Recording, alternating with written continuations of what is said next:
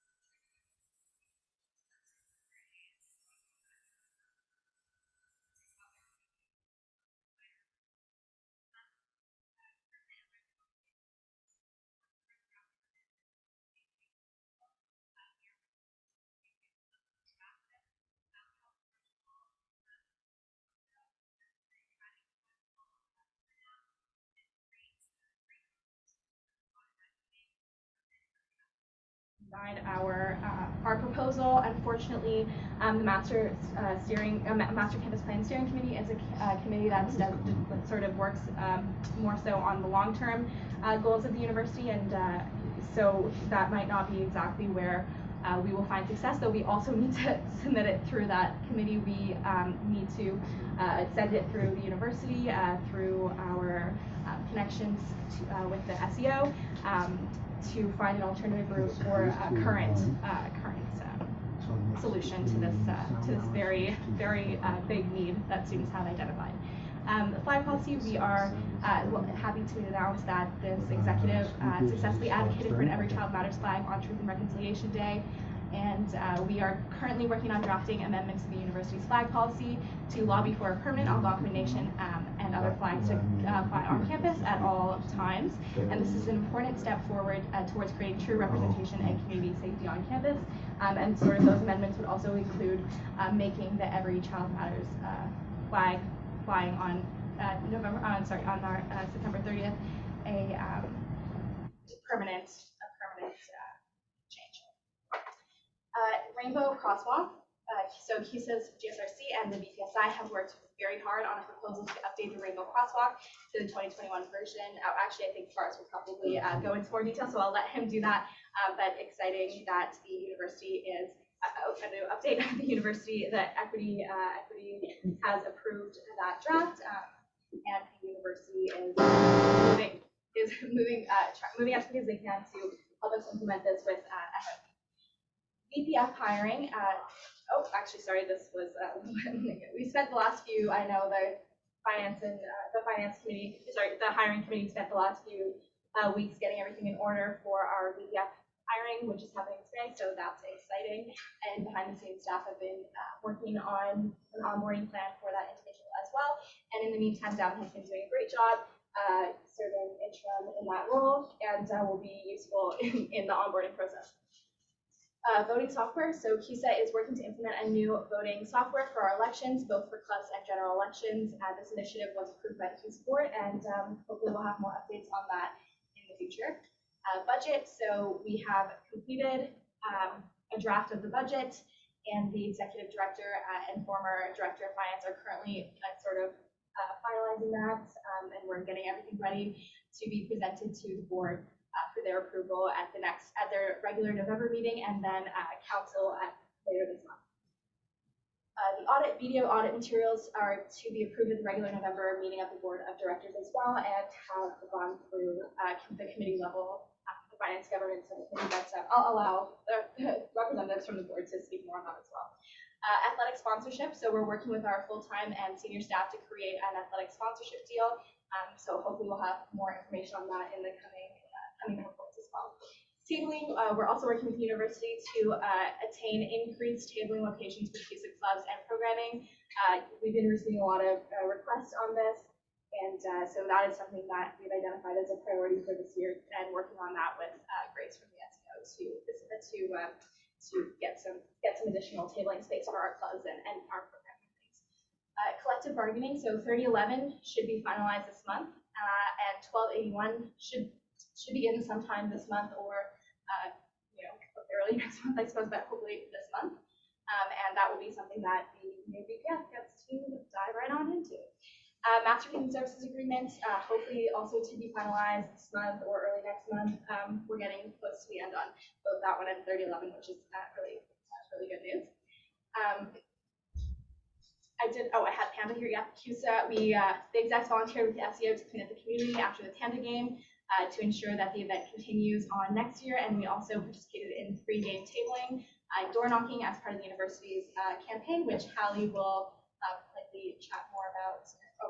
That was last one. That was actually right. Oh, guys, I'm so sorry. Okay, moving on. Ontario Ukraine Solidarity Scholarship. So $40,000 in scholarship money to be distributed. This was an update from the university, and the scholarship application, I linked it in the agenda. I know that we had some members of that club come and speak, so I figured I would include it in my report this month. And so basically, we've also circulated this information via social media for any students in that community who are looking to access those resources. And then my recommendations for council are to vote in favor of the motions being presented by the executives today. Wonderful. Thank you so much, Madam President. Thank you. Next, we will have Acting Vice President of Finance and Vice President Internal. You may now speak. I believe you can don't step Okay.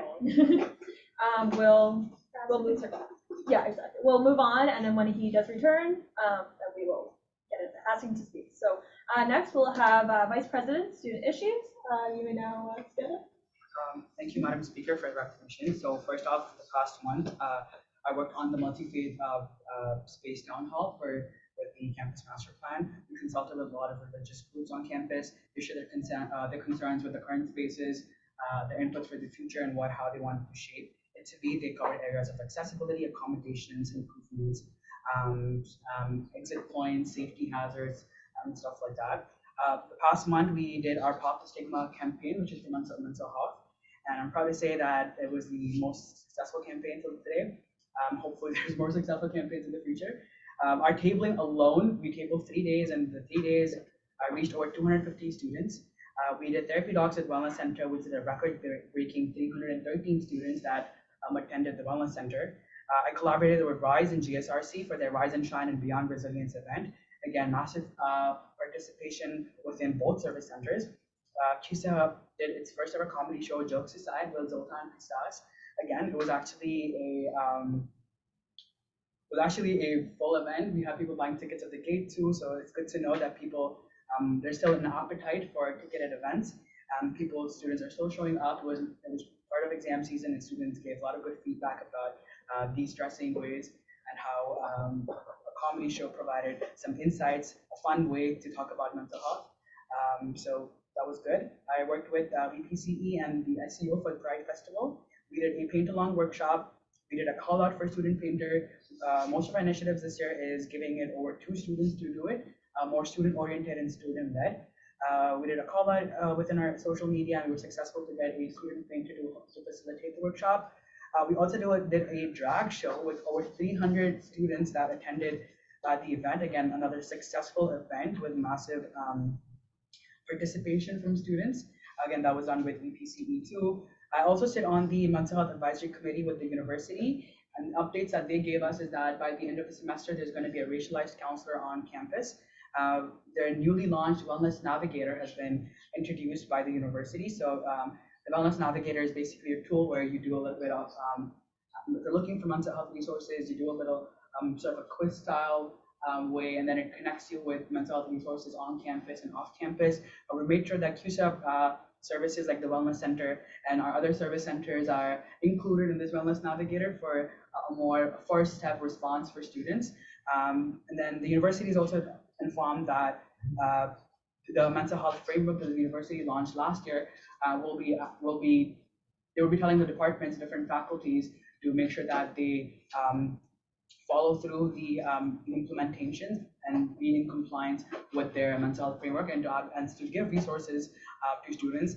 One way is that they're going to add a bright space option, and they also said that course outlines and professors in their first day of classes will be highlighting mental health resources for students that they could take in, and then more specific accommodations for mental health. And you've noticed that a lot of students have been taking accommodations or are now aware of it. So that's a good thing. I advocated with the president, VPC, and Mwanda Sec Center for the raising of the Every Child Matters flag for the first time for TRC Day. It was a long process and says about teamwork makes the dream work. A long advocacy over the summer made sure that we were able to raise the Every Child Matters flag. And then for part of our long-term US LGBTQI+ advocacy from the EGAT report, pronoun pins are now available in the CUSA main office. And we also received a lot of feedback from students, constructive criticism about colors, and we immediately changed. So it's good to know that CUSA is on their toes to evolve and to change and to listen to our students. Next up, next week, next Monday, we will launch our newest campaign for CUSA called Mosaic. It's our official campaign for cultural and international students' identity, where we've invited MPPs, ministers from the municipal level, federal and provincial level. University officials are coming as well. Some of the members that are coming are MP Chandra Arya, Councillor Sean Menard, and other local MPPs that will be attending, also university officials like Jeremy Wazowski, Grace Heim, and Suzanne Blanchard, and also representatives from the OPS. We thought there would be a really good opportunity for international students to directly speak with officials on different levels. I've worked with the Director for Development, Sam Fulgor, to create one-pagers for different levels of officials. So from the municipal level, we have different asks, and the federal government, we have different asks as well. So that way we're advocating for students on different levels, and those asks are not that big too. It's like actual possible asks that we as CUSA can advocate for. And we thought the best way to do that is to talk to students directly. So club presidents that will be tabling for Global Fair next Monday will be talking to these officials directly and advocating for their needs, all the way from housing, tuition, mental health support, taxes, all the way there, more working hours for international students as per the new legislation. Yeah, and then other things in the past week, I worked with VP SL and a very quick demonstration for the QP workers that went on strike on Friday. VPCE and I went across campus, told students about to come to attend the demonstration. We received more than 70 signatures, which means that many people participated in our demonstration. We had people from QP and the OSBCU representatives who came and spoke at the demonstration. We were able to advocate from them. We provided resources for students to raise concerns. We spoke to direct people that are involved, like TAs that came and participated and showed their solidarity. And then in the upcoming week, this week actually, we'll be doing more cabling to get more signatures that we would pass on to the OSBC representative that we're in touch with. And yes, this week I'm actually working on a town hall with CASG and RAW. It will be the grading system reform. CUSA will be talking about the 40-60 grading reform system that a lot of students have reached out to me about. We're also talking about how in the future CUSA would be advocating, and the other points from RAW would be their abstentions. The RAW representative will talk more about it. That's happening this week on November 10th. So please do come. And then finally, recommendations for council will be myself and the research and advocacy coordinator. Well, last weekend there were protests across the world for solidarity, for support for freedom and human rights in Iran. So the research and advocacy coordinator and I whipped up a motion to establish CUSA as an organization in support of freedom, human rights, and gender equality in Iran. And we unanimously was passed by the Student Issues Committee through an e-vote, and that will be passed by. So my recommendation would be to council to vote in favor of this motion, and the motion brought by VP Student Life, which is the policy position, which is the case of Naman Koro. And that will be all, councillors. And I've already shared in the council group chat. For those who haven't been added yet, we're doing a video shoot this Wednesday from 4 to 6 p.m. in the UC atrium. So if you are an international student or are from the BIPOC community, I would encourage you to come participate in these videos. It will be from 4 to 6 p.m. in the QC. You can come gather at the QC office. And that will be all from me. Thank you. Wonderful, thank you so much. I would just like to address before we continue the reports. I know a lot of people are listening really intently and really great, and I think that's awesome. But there's some people that are on their phones and not super discreetly. And I want to make sure everybody has full attention, because these are really, these are important reports, right? So just want to address that. But anyways, let's go on to Vice President Student Life. Thank you, Madam Speaker. I'm going to keep it very quick. So we basically did the CUSA trip drive along with VPC supported me in that programming. Pretty successful. We hope to do one more next semester. So yeah, keep your clothes pretty, cluttered for the next few months. There is a little bit of a clerical error, but yeah, the month ahead was supposed to be gold. But yeah, so for the month ahead, we're planning for Frost Week. I have already emailed stakeholders, so if you're one of them, please reply to my email. We're also finalizing on winter programming. If you have any ideas, please email me. We're also finalizing on gala stuff, so CUSA gala is definitely happening. And yeah, as an additional information to the council, we're also hiring for Fall Orientation 2023. If you're interested in organizing Fall Orientation and being one of the coordinators, please apply, and or otherwise you can just email me and I can forward you the application. Recommendations to the council, as has been already said, please vote in favor of motion to establish CUSA as an organization in support of freedom, human rights and gender equality in Iran, and of course the policy position about Myanmar Polo. Pretty much, have a great evening. So thank you so much. All right, next we're gonna have Vice President, Community Engagement. Thank you, Madam Speaker. So this past month, I was working on a potential Red Bull connection, just seeing about like the contracts and things with like Coca-Cola, like renewing, like just have to work more on like the logistical part of that, to see if that's even possible, if you were able to say, bring Red Bull onto like campus for frosh events, other things like that, so we can just get like, drinks out and stuff. I mean, you see like Sprout School of Business do it, so it's like if we can just provide a little more like fun aspect for our students. Also connected with CIOS, a rental network that works to provide affordable housing, assistance, insurance, and rental tips, lowering costs of rental insurance, roommate compatibility, application forms, those kind of things. And this would be free of charge to our students, and the founders would host in-person workshops as well as create videos for our feed. I also hosted the Capital Ward and mayoral debate with Kazji and Rob. So thank you to their support, really appreciate it. And we'll be reaching out for advocacy initiatives to the winning candidates, such as the 3-strike paratransfer rule. Upcoming CUSA clubs, I would like to allow them to update their murals, as well as the service centers in the tunnels. It's been a long time.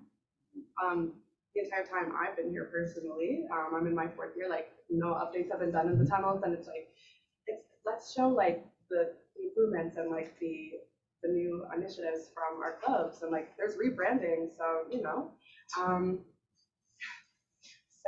There's also the Haven Artisan Market that's upcoming. So if you know anyone who would be interested, including yourself, make sure to apply by November 12th.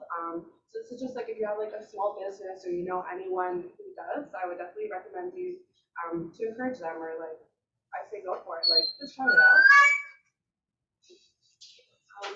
Also, this one says November, but December 7th, that's when I'm planning to have the next Sex Toy Bingo. So if you have any ideas for a theme, any topics you would like to be discussed, if you have any suggestions for toys that you would potentially like a chance to win, you can email me, you can DM me if you would like, you know. We also have a BIPOC job fair. I'm working with the Wellness Center for this, for Mosaic, as well as developing further on the community engagement committee initiatives. So seeing like potential events and collaborations with our service centers or our clubs. And that's all my agenda. Thank you. So thank you so much for community engagement. Sorry. Next, sorry, where is he? Last but not least, we're going to have acting Vice President Finance and Vice President Internal. Did you leave? Okay, sorry. We tried, second time. We're just gonna move on. And if he wants, then he can. He's back. All right. Awesome. You just made it in time. All right. Are you ready to give your report? Sorry, all over the man. Perfect. All right. You can now speak. My name's Gavin, Vice President Turtle for all the officers that I have not had the pleasure to meet yet. Let's talk about a few things. First is the October by-election. I'm glad to hear that it went over very successfully. Very pleased to see a lot of new faces here in the crowd at council, and welcome. Training is going to be ongoing for all the new councilors. I've seen many of you in my office talking about parliamentary procedure and such, and I hope to see all of you on, I think it's Wednesday at 4 is the next one we're going to do, unless I've already seen, in which case you're all good. Committees, yes, if you all filled out, all the new councilors filled out the new form and joined our very many and numerous and excellent piece of standing committees that we've got. There's place for all of you on there. If you have any questions, come talk to me about it, and we'll get those new placements all done for you coming up soon. And again, I encourage you and any of the students that you know, your friends, to join in these committees as well. We still want, we've got a couple of vacancies on, actually very few. Student life, I think we still have a couple empty seats left, but anyone who wants to join, please come. The student tribunal going over well as well. You know, training's going to be going on for those guys soon. Hopefully not a lot of appeals coming up for a while. We've hired a new policy analyst at CUSA that we're going to be welcoming sometime in the middle of the month of November. We're really happy to do so. Now let's see what's going on with clubs. I've been drafting the club's code, so in consultation as much as possible with all the very fine clubs and societies we got here at CUSA, we're going to be revamping the bylaw, the policy that governs clubs. It's one of the last holdovers from our old legislative scheme, and I'd really like to get a crack at it and make a new policy. So if you guys have any suggestions about how we're going to govern clubs of this association, I'd like to hear them when we're going to get to writing. Let's see, funding. Fall funding has been going on pretty well. Checks have started to go out to many of these clubs. We had a little bit of a delay that we let some of the clubs who have been approved for funding know because we have some absences in our accounting team, and Scotiabank's always as helpful as they can be. Hardware. We got some extra those things that hold up banners in the club storage room that are left behind from clubs that have gone belly up. So if you or anyone you know, again, in a club wants something to hold a banner up at the next Clubs Expo, we've got one coming up in sometime in January. We got our Winter Clubs Expo, which we're pretty excited about. Come let me know, and we can get some of that to you. We're looking for closer collaboration in the clubs department. I've spoken out. I've reached out to, for instance, some of the faculty societies like CSCS and SPSS, and you also want to get to a close collaboration with clubs in New Ottawa and the clubs that are under the umbrella of the faculty societies as well. Last month, I've also taken over the role as Vice President of Finance in the absence of Gabe, and that's been all going well, signing checks, making sure that everything's good. I've kept the lights on, in essence, waiting in earnest wait for a new candidate to come and fill the shoes of our dearly departed friend, Gabe, who's still living, but Not that departed. I miss him every day. God rest him. Anyway, somebody's going to take over for him for real. I kept the lights on for a little while, but now it's time for somebody to actually take the wheel and make the real policy decisions from the finance office. So that's all I have today, Madam Speaker. I brought in the pizza, which I've been running around for a little bit for a while to get. We don't have any plates, but I got some newspaper. And if it's good enough for the English to eat the national dish on, I think it's good enough for us. So that's all I have, Madam Speaker. Okay, thank you so much. All right, next we're going to move on to staff reports. All right, first we're going to have the Executive Director, Dustin Rivers. Don't know where you are, but you may now speak. Is he not here? Okay, I think I would offer to read it, but in the interest of saving time, I think it's available Yeah, on it's the so- document, and I think we can skip over the staff. Yeah, reports. so the long form of the agenda, all his points are there, so you'll be able to access them there if you'd like to read them. All right. Director of Finance, that is a vacant position, but they do plan to fill this vacancy, and it's currently being undertaken by the CUSA board and their staff. So next, do we have the Director of Communications and Strategy here? I think it's just the director of HR, and I think. Yeah, I have nothing. I think, Okay. yeah, I think Erin, we can just split all the staff. reports if you're Okay. with that. So just- Okay, just not piece of paper. Okay, cool. All right. Awesome. So we have the chair of the board, Grace Sims. Would you like to speak? I would like to. Awesome. You may now speak. My notes out. I'm gonna stand because, Perfect. frankly, I think you can hear me here. All right, not too much to say, so I'm gonna move all the way down here and then have nothing to say. Sort of to start off with, you all know that we went to court. I was there in the courtroom and we lost, very unfortunately. We're currently negotiating costs for that, so the board will keep you updated as developments arise, but that is sort of the update for that. We're also in the midst of staffing changes. We dismissed the Director of Financial Administration recently, and we have reversed the changes that we made to that role. We have taken that role and split it back into Director of Finance and likely Director of Human Resources. As was mentioned previously, we're looking at exactly how to fill both of those roles. Currently, we have nominated Sam Kilgore as Acting Director of Human Resources, who has been doing an excellent job in that position, we think, certainly from what I can see. And the finance team has been doing a very good job without a Director of Finance, hoping, of course, to have that position filled soon so that things can get back to normal in the CUSA office.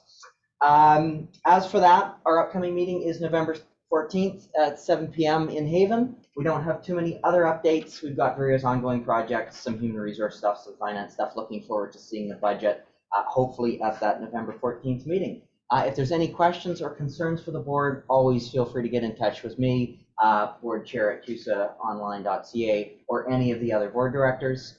Yeah, if there's any questions, I don't know if it's in order to ask them now, but otherwise I'll go back and sit down. I'll be during the question period. Perfect. Wonderful. Thank you so much. All right, next we're going to move on to item 5. We're going to move on to external reports. The Carleton Academic Student Government. Does anybody have anything to say? Yes? Yes, I'm not going to stand up, but I hope you can all today. I know there are some new faces, so congratulations to all the students here. And for the fire, I love the last post within the next months. For those who don't know, my name is President. I'm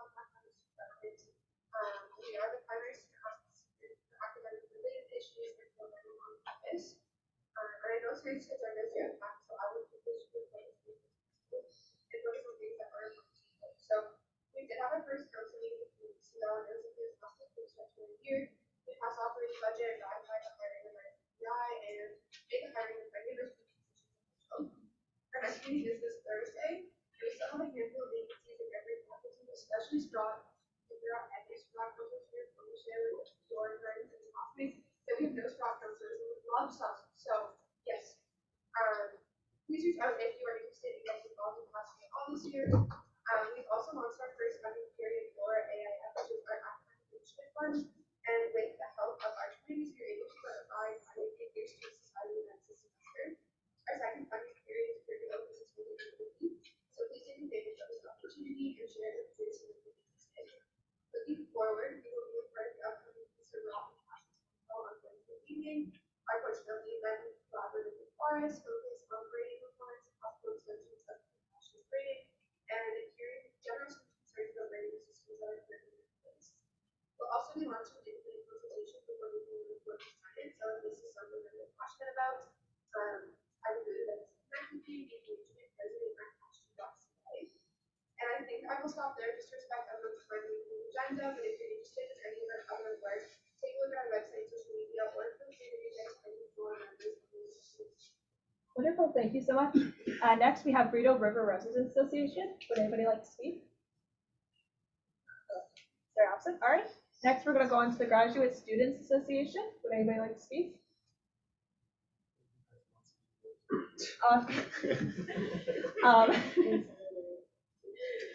The Senate? None? Okay, cool, that literally just says none. All right, great. The Board of Governors. Would anybody like to speak? I don't think, all right, no. Okay, all right, great. We're gonna move on to council reports. Section A, so we're gonna move on to constituency reports. So the Faculty of Public Affairs, would anybody like to speak? That's a counselor for that faculty? No? All right. Anybody from FAST? Any counselors who would like to speak? Sorry, just like a question, because this agent spoke about faculty meeting, like what is the compensation? Is that like a set time or everybody? Oh, I'll reach out to the relevant counselors if and when that comes up. And I'll probably likely copy you on an email. Right that matter. Wonderful. Just to let you know, next time, just, sorry, oh wait. Oh yeah, don't say that, because it is like, we're supposed to be stating reports. But there's a question period time, that specific time, or you could just talk to the president or somebody else after, or when we're having recess, which is gonna be soon. It's just letting you know, don't worry, it's all good. All right, so next we're gonna have faculty business. Anybody like to speak? Any counselors? All right, any counselors from the Faculty of Science? All right, and then any any counselors from the Faculty of Engineering and Design? Okay, all right. And then do we have any committee reports? Yes. The Student Issues Committee did an e-vote for the motion to establish CUSA solidarity with Ron. That was unanimously passed by the Student Issues Committee through an e-vote. Yeah, and that is attached in the council agenda as well. Perfect, thank you so much. Anybody else? Any of the other committees who want to speak? All right. Okay, awesome. We're going to be having a 7-minute recess. Please feel free to get pizza or anything else. And we will reconvene then. It's done. Thank you. This is I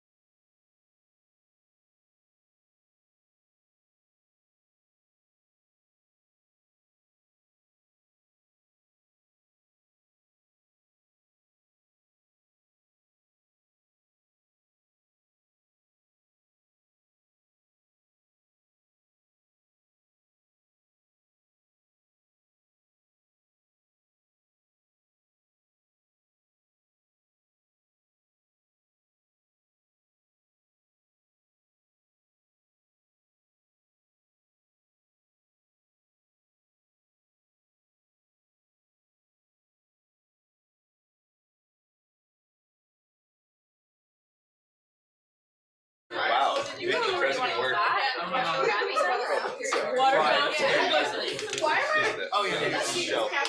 Michelle, that's the water. Do I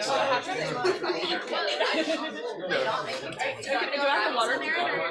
Where is the water? I think I was just, So, No, there's why did everyone want to join? There's no cup. Yeah, we'll use your. What a problem solver. Somebody like just bring a coat or something. Yeah. Okay, I'm not the water. All right, now we can start out, y'all. All right. We want some Coke. Okay. Sorry. I'm sorry. That's all right. Okay, so next we're going to go on to item 7, which is announcements and correspondence. All right, so does anybody have any declarations of conflict of interest? Now is your time to speak. Okay. Conflict of interest? Oh, for the attorney. Yeah, I'd like to declare a conflict of interest for the VPF hiring. Okay, awesome, thank you. All right, next we're going to have items for information. So these are just the lecture results, which you can access. A report by the chief of returning officers, committee placements, committee placements for new counselors. And is there any notice of a new motion? No, it's yours. No, seeing none. Okay, we're now going to move on to question period. Does anybody have any questions? Seeing none, we're now going to move on. We're now going to move on to item 9, which is regular business. Don't worry. All right, so we're going to move on to item 9, which is regular business, and we're going to go on to new business. So we now have the motion to ratify the results of the October by-election C-62. Whereas the association from October 17th to 19th, 2022 has held its first regular October midterm by-election. And whereas the results of the by-election have been verified, and whereas the regular faculty representative seats on council have all been filled, save one counselor for the Faculty of Public Affairs, therefore be it resolved that the council ratify the results of the October by-election. Be it further resolved that the notice of fast seat is still vacant shall be made public and filled by the resolution of council at the November regular meeting. Does anybody have, this is open to debate, does anybody have anything they'd like to say about this motion? Seeing none, we're now going to move on to voting. I'll move it. Sorry? I'll move it. You'll move it? So, okay, Raj will move it, and Madam President will second it. Sorry. All in favor, please raise your hand. Oh, and also the cards are very helpful, so just have them up. Technically, new counselors can't vote yet because they haven't been ratified, right? Oh yeah, sorry. Yes. Don't help. We are yes. Next motion. 5,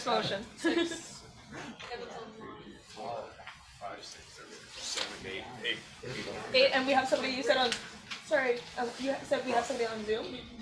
Oh, Kevin, I believe is on Zoom. Kevin? Okay. Ben, what does it say? All right, and Oh, No, you can't vote let's just anymore. check it. Never mind. Okay. How many For people 5 are- in this one. Oh, Nobody's on Zoom. nobody on Zoom. No one's Nobody. on Zoom anymore? Okay, I guess I am. Okay. Okay. All right, and anybody opposed to this motion, please raise your hand or your card. Yeah.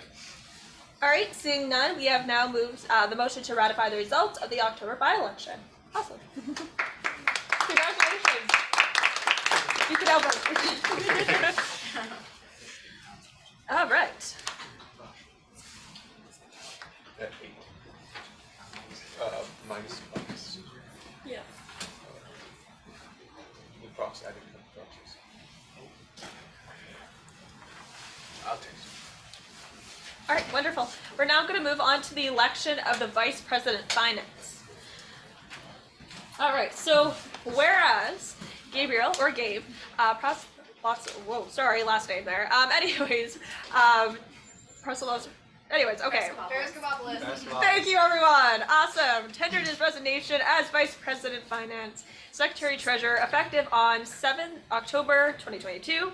And whereas the Vice President Eternal was elected to the role in acting capacity per the executive policy, and whereas this temporary appointment may be only last 30 days until the council is called to elect a successor for the remainder of the term, and whereas the Vice President, Finance, Secretary, Treasurer Nomination Committee met over the last weeks to vet a short list for council, be resolved that the council elect blank as Vice President of Finance, Secretary, Treasurer effective immediately. Who would like to move this motion? Sorry? Oh, I need to go to debate first. Oh, sorry. Okay. The debate. Brain, sorry. I need more pizza. Okay, anyways. All right. Okay, so. Are we sorry? All right, we don't have it. Yeah, just no, not here. Just. I can, All right, sorry. there are two, If somebody could pull it up. So the candidates that were that were nominated from the committee are.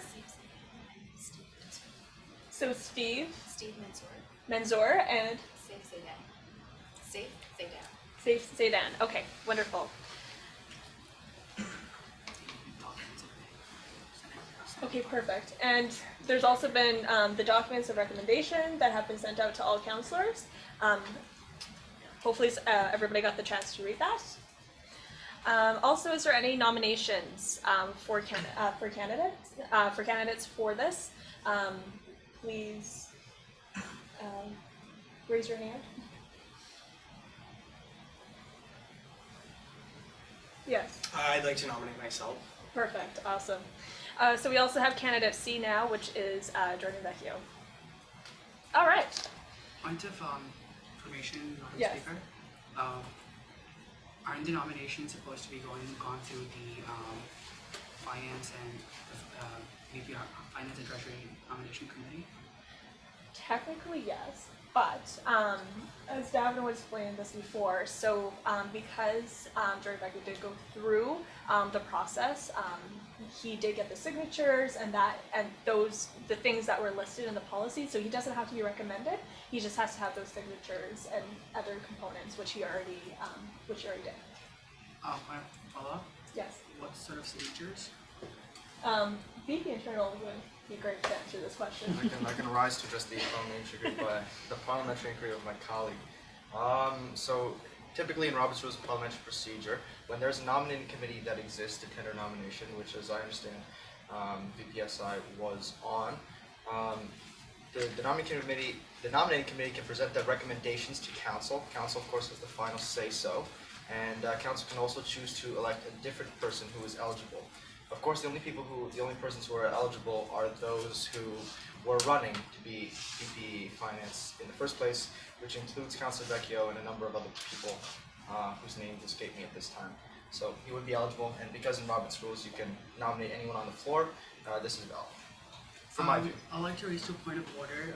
Section 3 of the bylaw says that the members will appoint the Secretary Treasurer in concert with the Vice President, Finance and Secretary Treasurer Nomination Committee. So wouldn't the members have to go through the recommendations? Wouldn't the bylaws supersede the Robert Rules? But within the policies, we also state that we look at Robert Rules of Order as well. So we look at both, and just from that judgment, so we look at the recommendations, but we also, if they did what Devin said, then I say that we can let them be nominated if there's somebody on the council that nominates, which he did. Because it is my understanding of the bylaws that says that because there is a process that has been set up, right?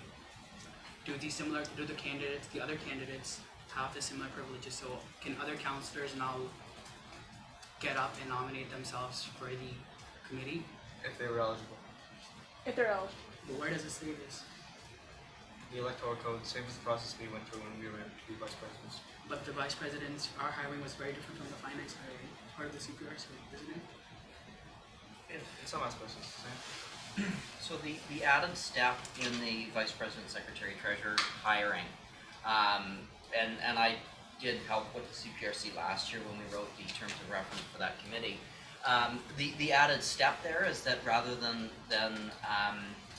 just have candidates come forward for VPI or VPSI, VPSL, VPCE, rather than them just come forward to council, the candidates for vice president, secretary, treasurer, technically there is a committee, and that committee makes a recommendation to council.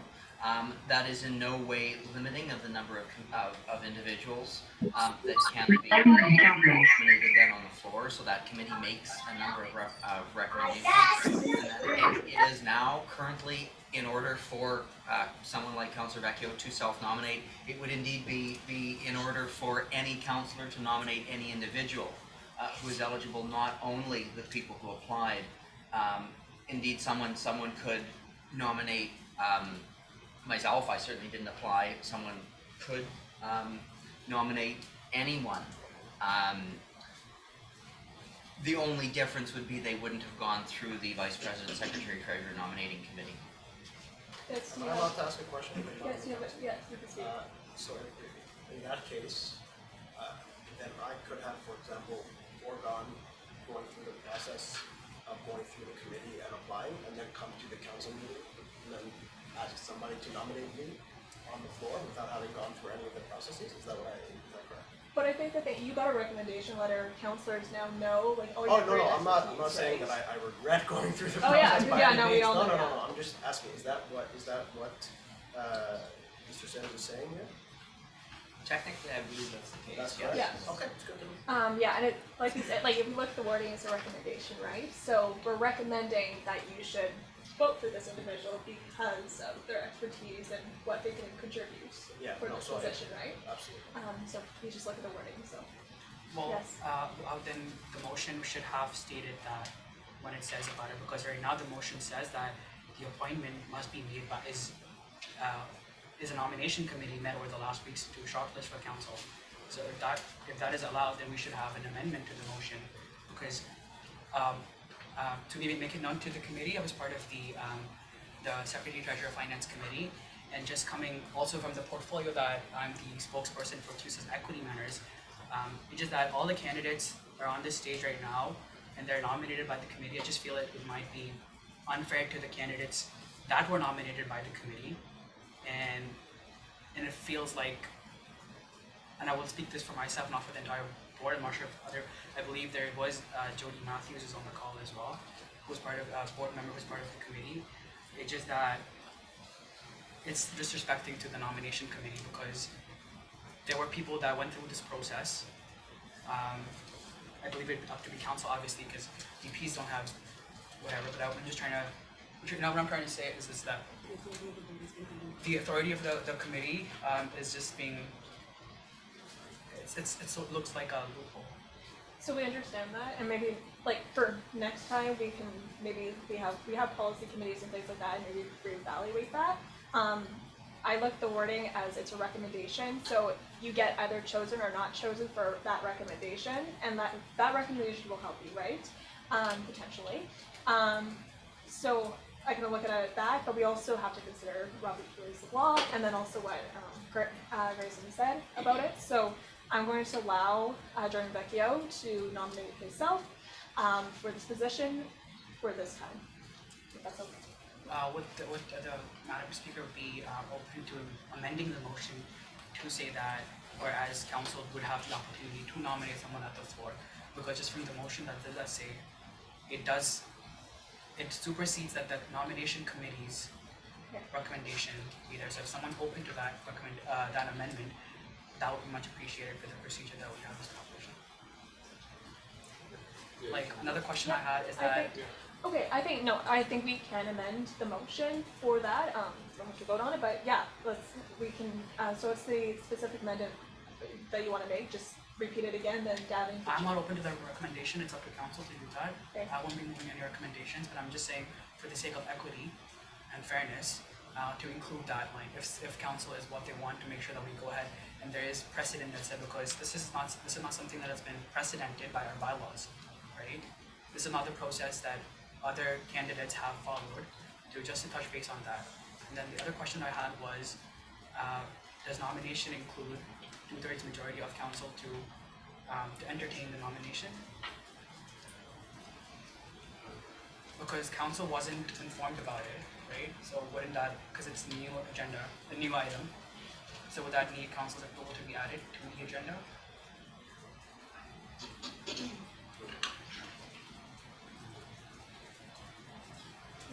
Sorry, thinking. Sorry, I don't have the policy in front of me. But You open the individuals have a bylaws. computer. Maybe internal. As you are familiar with the policies, do you have a recommendation for this matter? I think, Madam Speaker, it is a complex issue that goes back and forth between our bylaws, policies, and fundamental principles of parliamentary law. In my view, from where I stand, I think that it's unobjectionable to allow a member to nominate themselves on the floor, for the simple principle that in an assembly like ours, an organization like this, council is the supreme authority, or depending on how you count, one of two supreme authorities.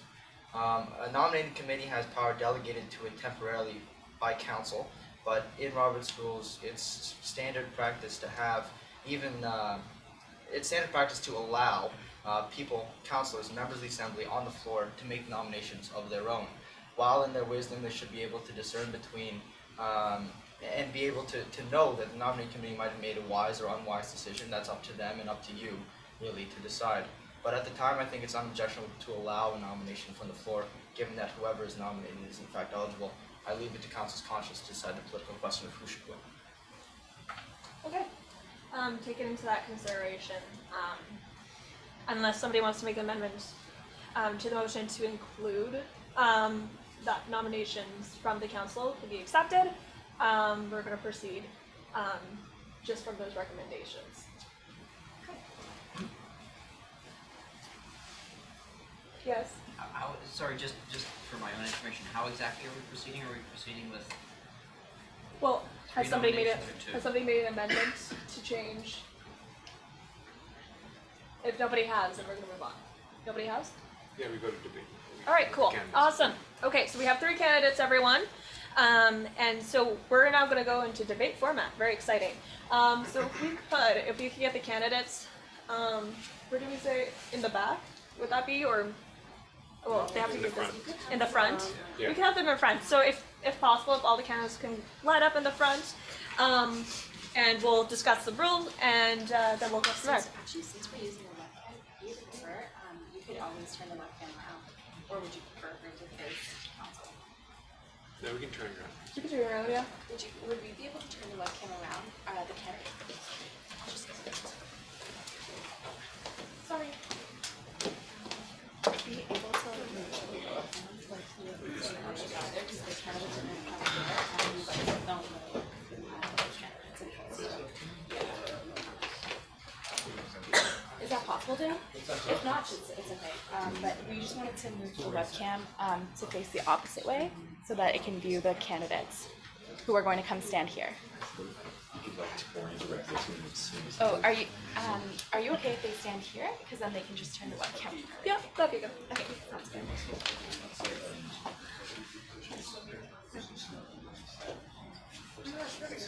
Yes. How's that? don't have a conflict of interest, is it? What can I see? And we should, I think it's also, what it is, I think it's important. I'm gonna stand here. Not questions. I'm gonna have to stand here and hold it. It's like if I'm like straight and then.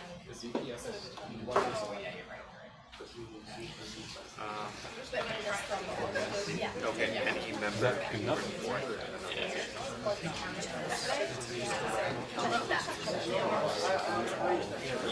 Yeah, I know, it literally says, like, I read it, like, Darren showed it to me. We look at our materials and laws, and we also look at our policies. And our policies doesn't cover anything, and if they would have said some recommendations, that's the word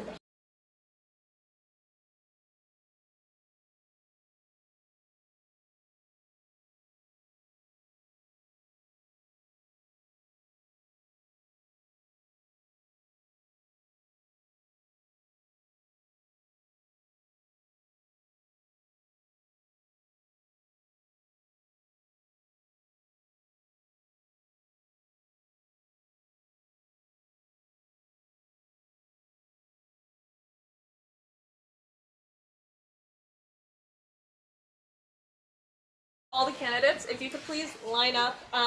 Sorry, where's the webcam located?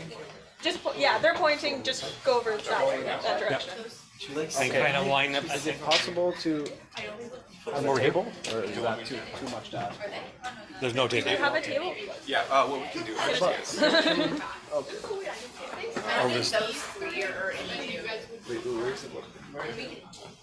Which webcam is it? This one. This one here? Yeah. There's a podium. Can Can no, something? it's got to be over there. Oh, okay. It's just for what I have right now. I'm sorry. No, it's all good. So the three of you's got to. I wonder. I mean, can one of them stand behind there? Do we have to be on camera? Like, can we just? Yeah, Yeah, which one? No, I don't mind. It's just I don't think it's for us to stand here for this long is gonna be.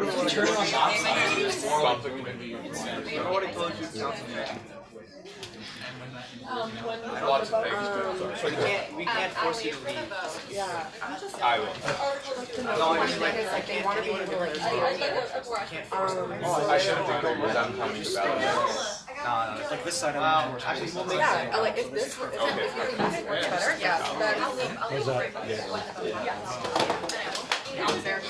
What we sorry if that or if it's already good because what we could do is we can move and then they can be here. Yeah, they can just sit down here. So Right up there, guys. Where can you see on the second row and seat? No, hey y'all.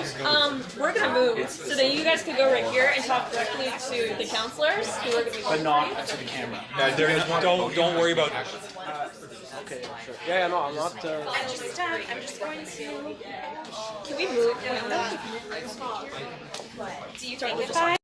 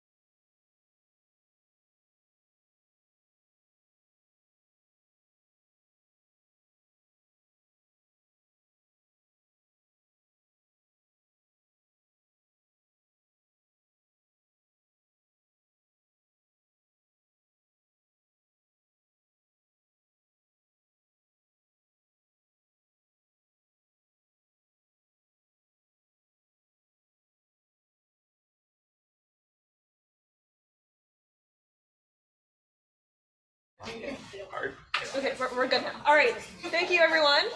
All right, we're now going to be having, sorry, just 1 second, my goodness.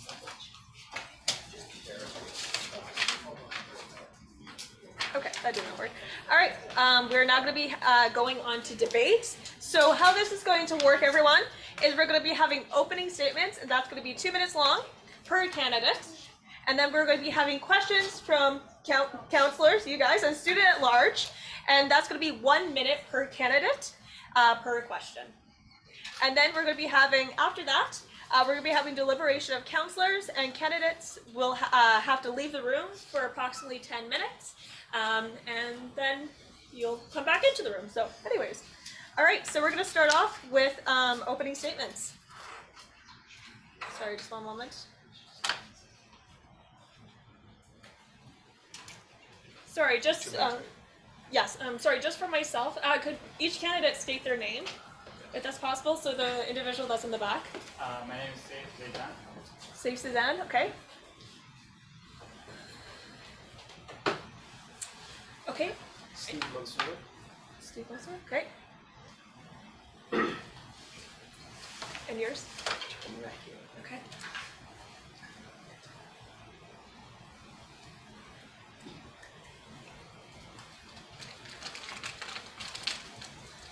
All right, so we're now going to have opening statements. So Saif Zaidan, sorry, you may now speak. Just before we start, I'll bang it once Yes. at 1 minute and twice at 2 minutes. Yeah. Oh, where is it? Can I turn it back? Okay. Yeah. Yeah, so hi everybody, my name is Saif Zaidan and I'm running to be the Vice President of Finance and Secretary Treasurer of CUSA. A little bit about myself, I work for multiple family businesses, our own family. It's a second call from bank here. I see a couple of familiar faces, but hello to all of you. I also own my own business that started recently, so that's my business expertise. I guess you could say post-academic or culture clubs and societies, as I'm involved with the Palestinian Students Association, Carleton. Last year was my first year as president, which I had, as president, I'm the second signing authority for the club. And I work hand to hand with our VP Finance, creating budget sheets for the year as required by CUSA's bylaw. And we also set a budget and make sure our money is being allocated properly for each event that we hold. Just a couple of the reasons as why I chose VP Finance would be to focusing on my business expertise. I would really want to prioritize Roosters, Haven, and Ollie's, and apply my business expertise in owning a business and allocating funds and resources to our CUSA businesses. Second, I really want to focus on advocacy to make sure that we allocate the proper funds for our advocacy campaigns on campus. And lastly, I wanted to focus on the funds that students pay every term. A lot of the students have concerns about where their funds are going and how they're stuck on paying certain fees, so I wanted to focus on that. Fees I'm talking about include the UPass. I really want to make that a big part of my time at CUSA, and I want to see what we can do about that. Obviously, keeping in mind the contractual obligations that we have as CUSA in the on campus and Carleton University. So that's all. Thanks. Okay, wonderful. Thank you so much. Now we're going to have Steve Mansour. Mansour, sorry. I'm so sorry. I'm terrible with names. I'm okay with them, but yeah. Okay, so Steve Mansour. I'm sorry. So Steve Mansour, you may now speak and state your opening statement. Thank you, Madam Speaker. Thank you all for having me today. And I would like to particularly thank everybody who was part of the nominating committee, which has nominated me to stand in front of you today. I think that nomination holds a lot of value because I spoke to members of the committee and they made sure to emphasize the fact that there were a lot of applicants and they narrowed it down to 2 people. So I would ask you all to keep that in mind. A little bit about myself. I am a 3rd-year student here at Carleton, studying law and political science with a minor in philosophy. I currently serve as the Vice President of Finance of the Carleton Political Science Society, where I am tasked with ensuring that our society keeps with the financial regulations that CUSA has set in place. And this position has allowed me to gain a very solid understanding of the regulations that all of our clubs and the association, in general, must be in accordance with. Actually, before being the Vice President of Finance of that society, I was second-year representative, where there was a vacancy for the VPF, and I took initiative to help with doing that role as well. Outside of the university, I've served with the corporate executives of one of the largest optical companies that we have here in Ottawa, preparing financial documents, also ensuring that I can keep with financial regulations. We currently here, you have me here today because I think that the association is in need of adequate financial responsibility, transparency, and these are things that the association has long needed. I brought with me today the monetary policy report of the Bank of Canada for October 2022. And this report is issued every month by the Bank of Canada to highlight how it makes its decisions and why. When I went on the CUSA website, I found that the 2018-2019 budget was the last one that was submitted and publicly available to students. That needs to change. We need transparency and we need accountability. Thank you, Mr. Speaker and Madam Speaker.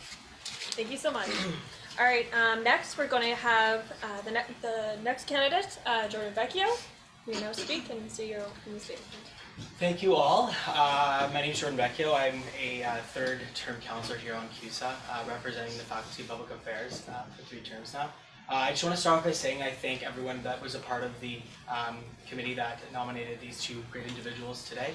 I just want to start off by saying that I think the process that I actually went through was less than ideal. There was only 1 or 2 members of the committee present for my interview process, and because of that, I didn't know if the entire board got to see my interview or have input on me as a candidate for this process. That's why I wanted to nominate myself today, to see what council had to say if council believes that I'd be a good fit for this position. As a third-term counselor, I think I've seen the organization of CUSA grow and change, especially over the last year, especially with all the new things we have brought in, with the board of directors and this type of election process. It's different, it's new, and I think we need to have good, strong leaders that have seen CUSA from its past, move into its future, and continue to have that sort of perspective moving forward.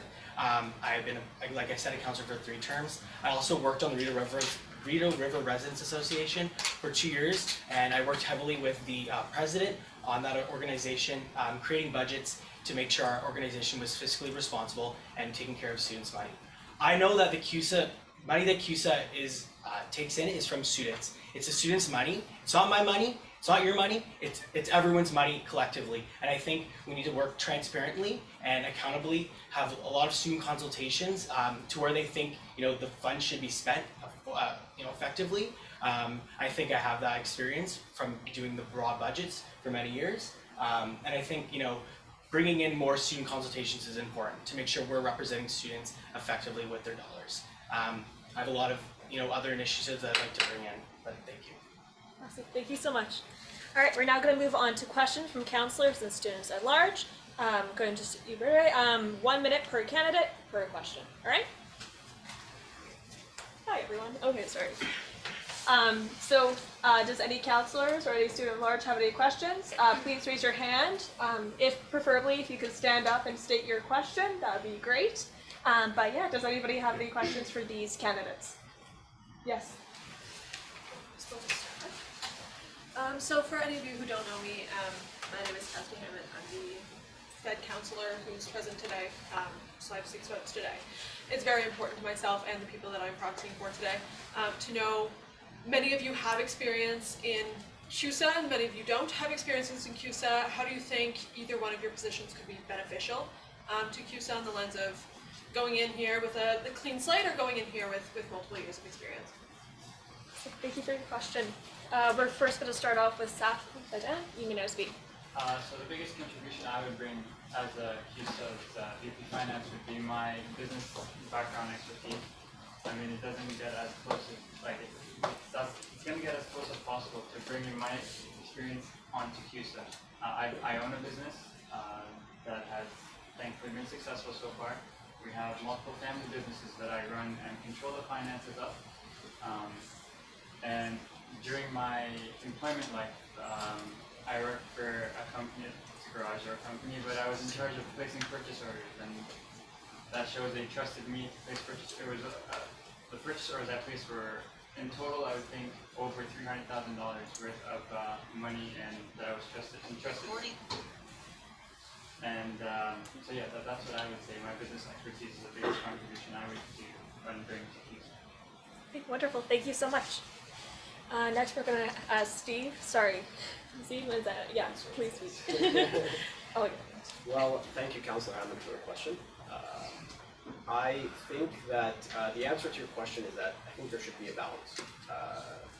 My counterpart here just stated that he has witnessed the transformation of CUSA for quite some years. But I think that in his contributions as councillor, there is a certain, there's a necessity for a new perspective now. The association has long needed to implement methods of transparency, methods of oversight. And I think that a new perspective and somebody with familiarity on how these types of processes work, both with my time as part of CUSA clubs and with my time on corporate executive teams outside of the university setting, makes me the absolutely best candidate for that. So wonderful, thank you so much. Next, we're going to Jordan Vecchio. Thank you. Yeah, so I mean, I have a lot of experience here in this area. I mean, I bring a perspective as a counselor and on other student organizations in Carleton. Outside of that work, I mean, I've been involved with not-for-profit organizations externally to the university. I've worked for a not-for-profit for 5 years now, which is called the Ottawa Network for Education, educating students on specifically financial literacy sort of topics and entrepreneurial skills settings as well. I run a company, and I was just there earlier today talking to students about why entrepreneurial skills are important, educating them on how to run a business in the classroom setting so they can take those skills and move them out when they leave high school, or if they want to start a business throughout the summer.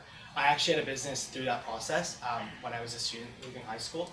I learned a lot about it, and I learned a lot of business skills that I took to what I wanted to do in university. I'm now studying communication media studies. I also have a business minor. I've done finance classes. I know how to balance a spreadsheet. I know how to do those things work. So yeah, thank you. Are we allowed to respond? No. To each other, or not? Okay. Yeah, sorry.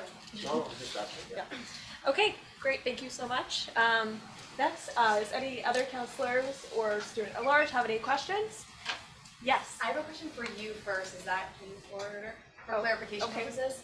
Yeah, I'm just wondering if I'm able to ask a candidate a direct question that's not necessarily applicable for everyone based off the information. Yes, of course. Yes, you are. Okay. Yeah. So it doesn't have to be applicable for everyone. Yeah, no, you can. Okay. Yeah. Perfect. Okay. Yes, so you may now speak. Yes, thank you, Madam Speaker. So candidate Zayan, I'm so sorry to butcher that. No worries. Zayan, thank you for the clarification there. So in the recommendation report, it mentions that you took the time to explain why you were able to apply for this role at this time, even though you were unable to fulfill your previous role as director on CUSA board. I was wondering if you'd be able to elaborate on that to just sort of inform council of those reasonings. Yeah, of course. Great question. Thank you for that. So basically, it was wrong time and place. Basically, when I had to unfortunately submit my letter of resignation, it was because the cultural club I mentioned I was a part of, PSA, a lot of the members that we had going into that year had left, and it wasn't up to them, it was up to CUSA's bylaw because they were graduating, right? So they can't be a part of PSA anymore as graduate. They have to be Carleton students enrolled. They all left, so PSA was left with me and I think 2 or 3 other people. So it was either I submit my letter of resignation and focus on the team, the PSA team, or it was to just let go of PSA, and it's too strong of a cultural club to let go of its presence on campus. It affects a lot of students on campus and is an outlet for a lot of our Palestinian students on campus, so I had to prioritize. All right, awesome. Thank you so much. Do we get to speak the 1 minute? Do we each get 1 minute, even if their question wasn't addressed to all of us? Arguably, yes, but wouldn't expect they had much to say. Yeah, just for transparency. Just, how did they do it last year? It's up to you. Okay, well, it was a direct question. I can formulate another question to ask you, but. Cool, yeah, if you want to, yeah, okay. In order, if you would like a chance to speak. I would just like to comment today, if that's great, yes, if you. Would you like a specific question directed? I wanted to touch Okay, on- yeah, on if the you same would, if you points. would like, because yeah, it was a direct question before, so if you'd like to ask a direct question, sure. Sure. So I couldn't help but notice your pin. Yes. So I was just sort of wondering, with regards to being able to sort of balance various extracurriculars, work, and whatnot. I was wondering how you plan to balance sort of your other position, your other job at the Senate with being VPF. Absolutely, that's a great question. It's exactly the points that I wanted to touch on. So before I start, the pin was actually given to me by the Senate of Canada, and it was given, it's an Elizabeth II pin, which was given to me 1 week before she passed. So it's, if I had waited 1 week, I wouldn't have gotten the pin. But besides that, I can tell you that working in the Senate of Canada, working as part of many initiatives, there's a lot on my plate. There's a lot. But I'm able to manage it all because I'm someone who never says yes to something that I know I cannot fulfill to its end. And with all due respect to my colleague here, I can say that there is always a chance that something will arise in the future. Something like the scenario that he mentioned, which required him to resign from the board.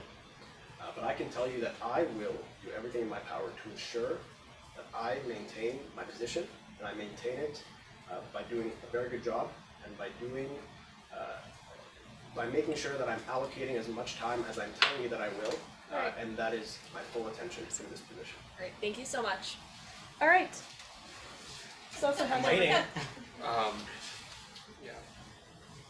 Sorry, does anybody? Yeah, you.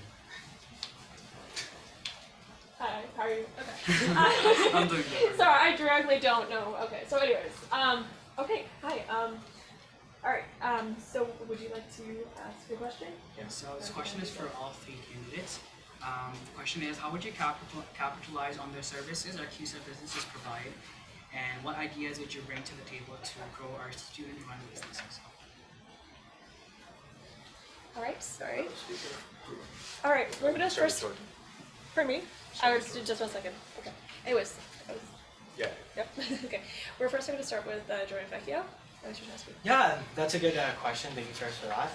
You know, I think it's really important to look at where our strengths are. Our strengths at this university is students, right? We have a lot of employable students that are here, and you know, it's about bringing new ideas into this space, right?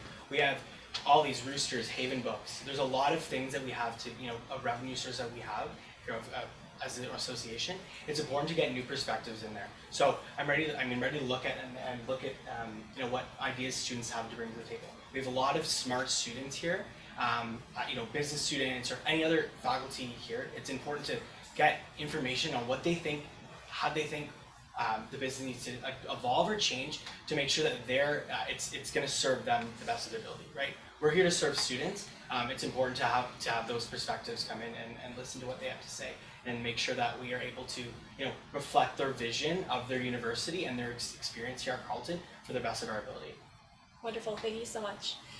Next we're going to go, sorry, Steve.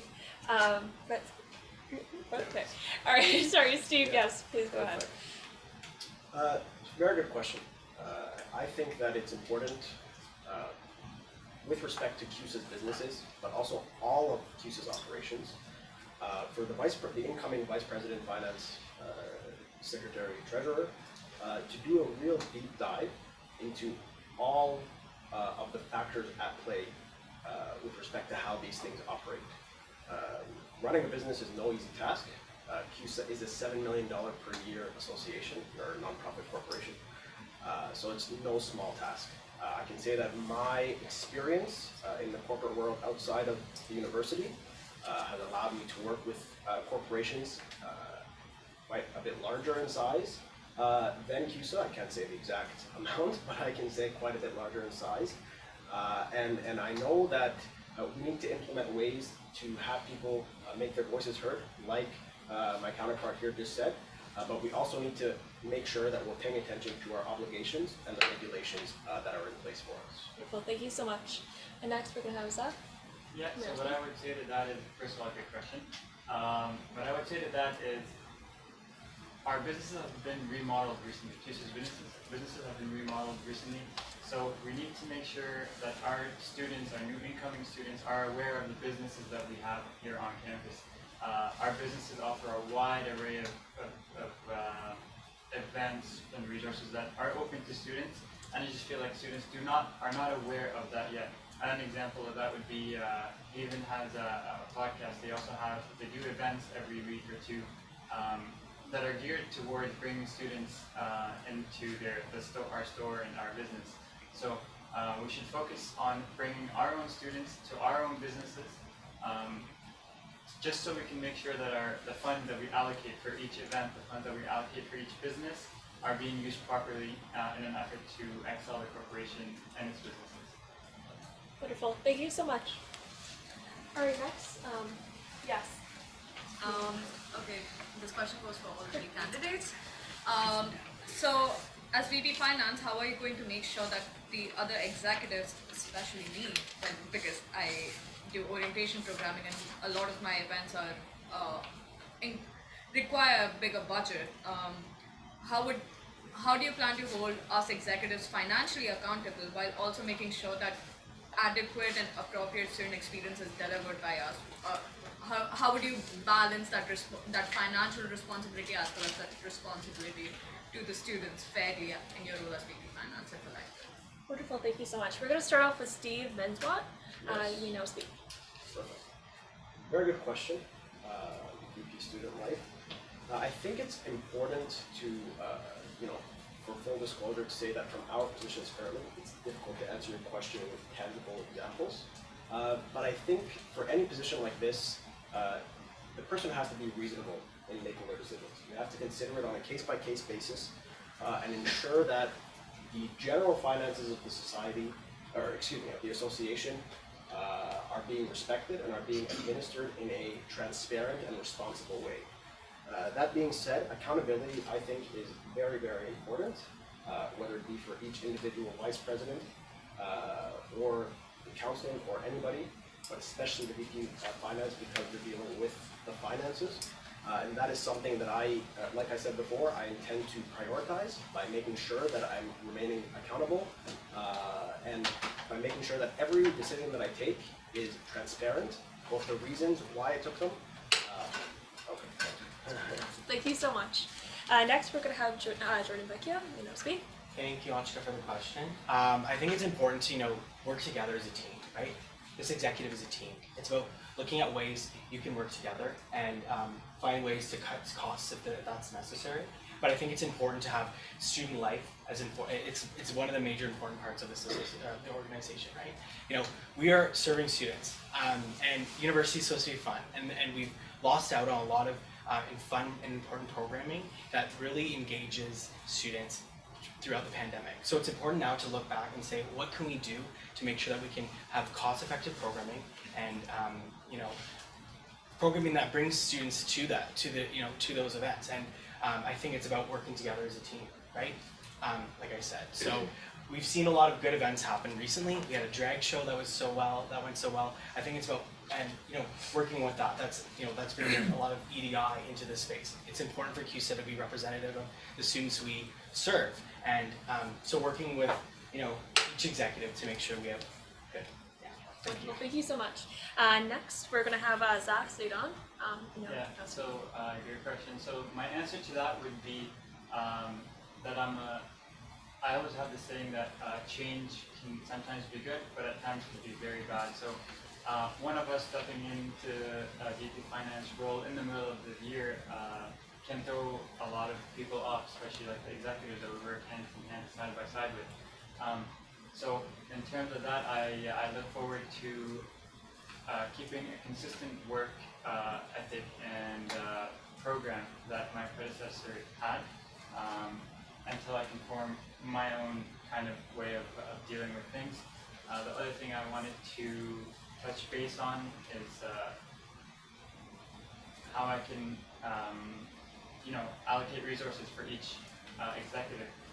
For that, I would say CUSA has a big system of paperwork, and they always have patterns. So with finances, you connect the pattern to every year and see if that fits within the budget. Okay. Wonderful, thank you so much. All right, next, is there any other questions? Okay, wait. Yes. Sorry, VP Community Engagement. Thank you, Madam Speaker. So this one is for everybody. So CUSA service centers cater to a diverse range of identities and empower intersectionality.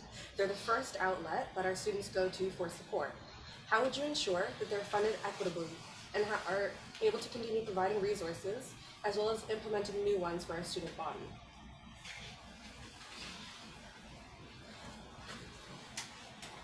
Wonderful. All right. Sorry about that. First, we're going to have Jordan Vecchio speak. Thank you. As an individual that identifies the 2S LGBTQ+ community, and who also has a learning disability, I think it's important to fund our service centers effectively. I've benefited from service centers here on campus for those two individual things. So it's important to look at where we can invest more, where students actually use those resources. And make sure people actually know that there are service centers that can cater to their needs. That's something that I know is really important. I benefit a lot from the Paul Menton Center, right? And I think growing that partnership, making our association more accessible to everyone is important. That's just a really good example. Continuing to have good programming with the GSRC that brings in more diverse lenses of life into people's vision, because when you come to university, this space, this community that we have is so diverse and so important, and it's so important to represent everyone effectively, because it makes people feel like home, and it creates a university experience that is just better for everyone. Thank you. Perfect. Thank you so much. Next, we're going to have Zach Zidon. You may now speak. Yeah, so our community centers are a big part of our like Haley said, it's a big outlet for students. It's the first point of contact for our students. I know a few years ago we had a big problem where one of the centers had to reach or look for third-party funding because they just didn't have the proper funds that were allocated to them in the budget. So that's a big part of something I want to focus on during my term. Our centers should always be focused on. At the end of the day, CUSA is for students by students, right? So we need to make sure all the resources we have available to our students are properly funded. So I have to look at, like I said, the year that we were short on funding, see where that error came from, and how we can move funds around and control the budget to prioritize our centers to make sure our students have everything readily available to them as soon as they need them. Wonderful. Thank you so much. Sorry. Next, we're going to have Steve Menwa. You may now speak. Perfect. Thank you. Thank you for the question, VP Community Engagement. Very good question. Because the well-being of our students, which is the primary goal of our service centers, must be the priority of the association. And I think that a lot of funding goes to them for good reason, and that should continue. Safe here touched on it, that there are times where other factions of the association, including our service centers, have to look elsewhere for funding. But I actually don't see that as a bad thing. I think that we should be, whether it's with respect to the service centers or any other branch of the association, we should actively be looking for different sources of funding and trying to capitalize on those. We are a students association of 27,000 plus students. There are goods and service providers in our community that would love to have access to these students, and these goods and services will directly benefit all of our students as well. So we can look for funding, and we can grow these to be able to better fund all important services like the service centers. So thank you so much.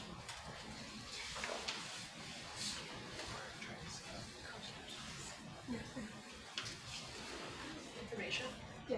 The agenda says questions from counselors and students at large. Yes, we where prioritize. I am appreciative of all the other executives' chance to ask questions. I'm a little bit more concerned about how they're going to influence our students beyond the executive portfolios. Can we kind of maintain a? Yeah, we're sorry about that. We are going to prioritize counselors and student at large. Okay. So, anyways, as we're talking, Councilor Hammond, you now speak. So, thank you. So So the Faculty of Engineering Design represents almost 30% of full-time students and more than that proportion of student funds, where we do have statistically the highest tuition costs out of every program at Carleton. And historically and ongoing, there is a lack of attention paid to Faculty of Engineering and Design students, though they do pay the most fees out of any student on campus. I'm wondering how the VP Finance candidates would approach this problem of historically the Fed students being left in the dark and kind of left out of CUSA initiatives through your positions. Awesome. All right, we're first going to have Steve Minwa. You know Steve. Thank you very much. Thank you, Councilor, for the question. Very good question. I'm sorry to hear that that's the case for this large of a group of people that are part of CUSA and that CUSA works for. Sorry to hear that 30% or more students feel that way. I can assure you that I will do whatever is within my power to first do a thorough investigation of why that is the case, and to try to get more information from yourself and from other people who are part of the Faculty of Engineering and Design to see what their concerns are exactly, and do whatever I can from that point to ensure that I'm able to fight for you and fight for getting as much funding as I can for you, and not just funding, just general inclusion. You feel like you've been left in the dark in a general sense, which no student at Carleton should be feeling, and I can assure you that I will work hard to address those concerns. Thank you. Next we have Jordan Vecchio, University. Yeah, that's another good question, Councillor Hammond. I think it's important to look externally for this issue. Look at the representation that the Faculty of Engineering Design have. They have their own students association, right? And it's important for us to connect as Vice President of Finance with that organization to make sure that we're working with them collectively to make sure that we represent the faculty the best of our ability. If that's giving them more money or funding for their the association itself, that's something we should look into. I know there's other faculties as well that have their own students association, like the Business Students Association.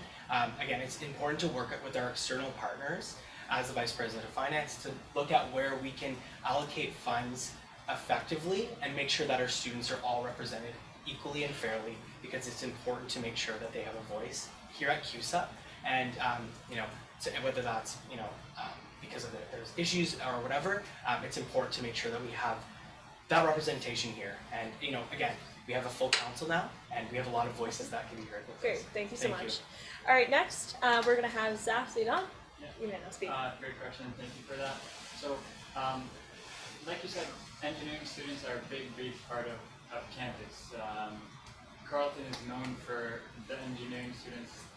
It's known for its engineering students and the program of engineering, civil, aerospace, or whatever. Carleton is known to have one of the better engineering programs in universities. So our engineering students should be focused on. Now what I plan to do is I would hope to work with Gladys, the VP Student Issues, and yourself to see where we're missing some pointers and where the budget is going to prioritize in ensuring that every student has a fair and equal chance of their presence being shown on Carleton and our campus. Wonderful, thank you so much. All right. Okay, sorry, I think there's a better way to do this. All right, yes, Councillor Laporte, and then we'll go. Okay. So Councillor Laporte? Yeah, just in the spirit of being fair to the candidates, answered a question about sort of balance. So I think Jordan also deserves that opportunity. I guess one more tailored towards you would just be, how would you be able to balance the role of being BPF with other extracurriculars, your job as a political staffer, just how are you planning on doing that, as well as work-life balance? Yeah, I actually am no longer a political staffer at the moment. I just finished running a municipal campaign here in Alta Vista, actually. So I'm actually no longer a political staffer at this moment. I saw this as an opportunity to jump in. I think I love advocacy work, and I love CUSA, and I want to really give it a go and see if I can get elected as Vice President of Finance today. So and I'm in my 5th year of study here at Carleton. I have a lot less course load than others potentially, and I have a lot of time to dedicate to this role. I think it's important to me. I love CUSA. I care about CUSA. I care about the students and what they want to see from this university. I benefited so much from CUSA. I love CUSA so much.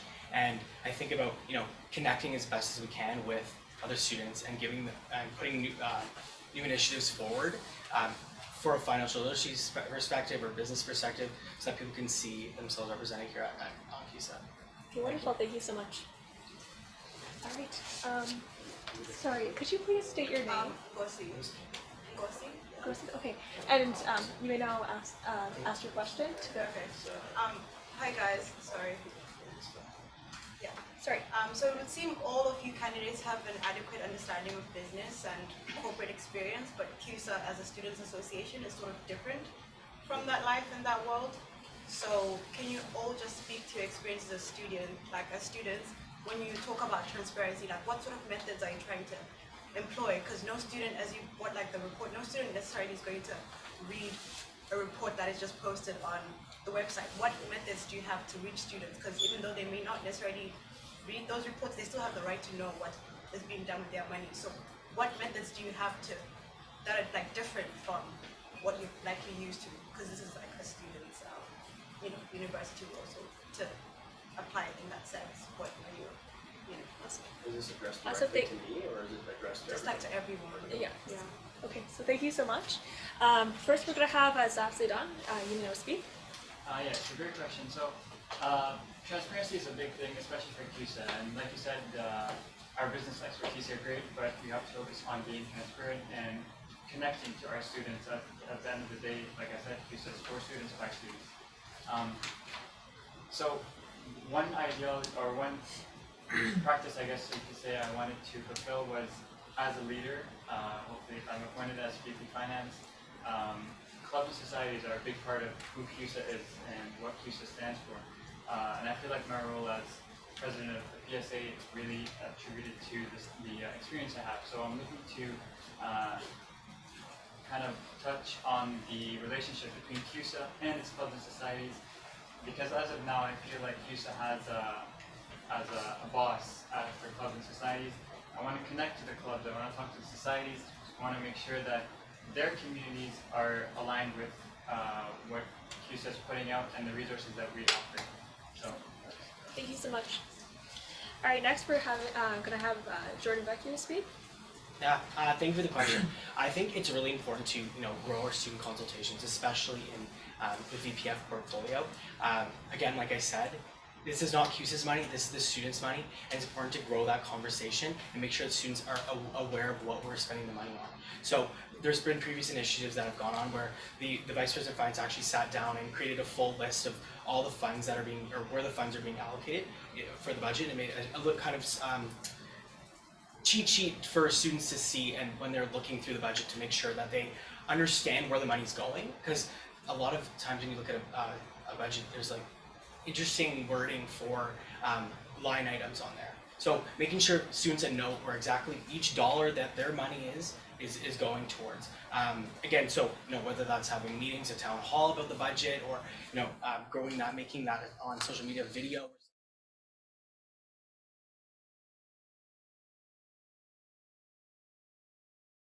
All information helps. Awesome, thank you so much. Thank you. All right, next we're going to have Steve and Lonnie. You might now speak. Thank you very much. Very good question, Councillor. And I think that regardless of whether or not people choose to read a report, the existence of the report in and of itself sends a message to the entirety of the student body. It sends a message that the association prioritizes accountability to the students, which are the people that it represents, and prioritizes transparency. And so for us to, as an association with particular emphasis on the VPFST, for us to produce such a report really will go a long way in terms of how CUSA is viewed, and in terms of how willing we are to ensure that our finances are open to be scrutinized by the entirety of the student society. I do agree with my counterpart here when he says that financial statements and reports are often very, very wordy, very complex. we can work with our VP Communications. Okay, great. to do Thank you so something much. simple, or even as simple as All right, an thank Instagram you. post. Thank you. Okay, awesome. Thank you so much. All right. Okay, sorry. Okay.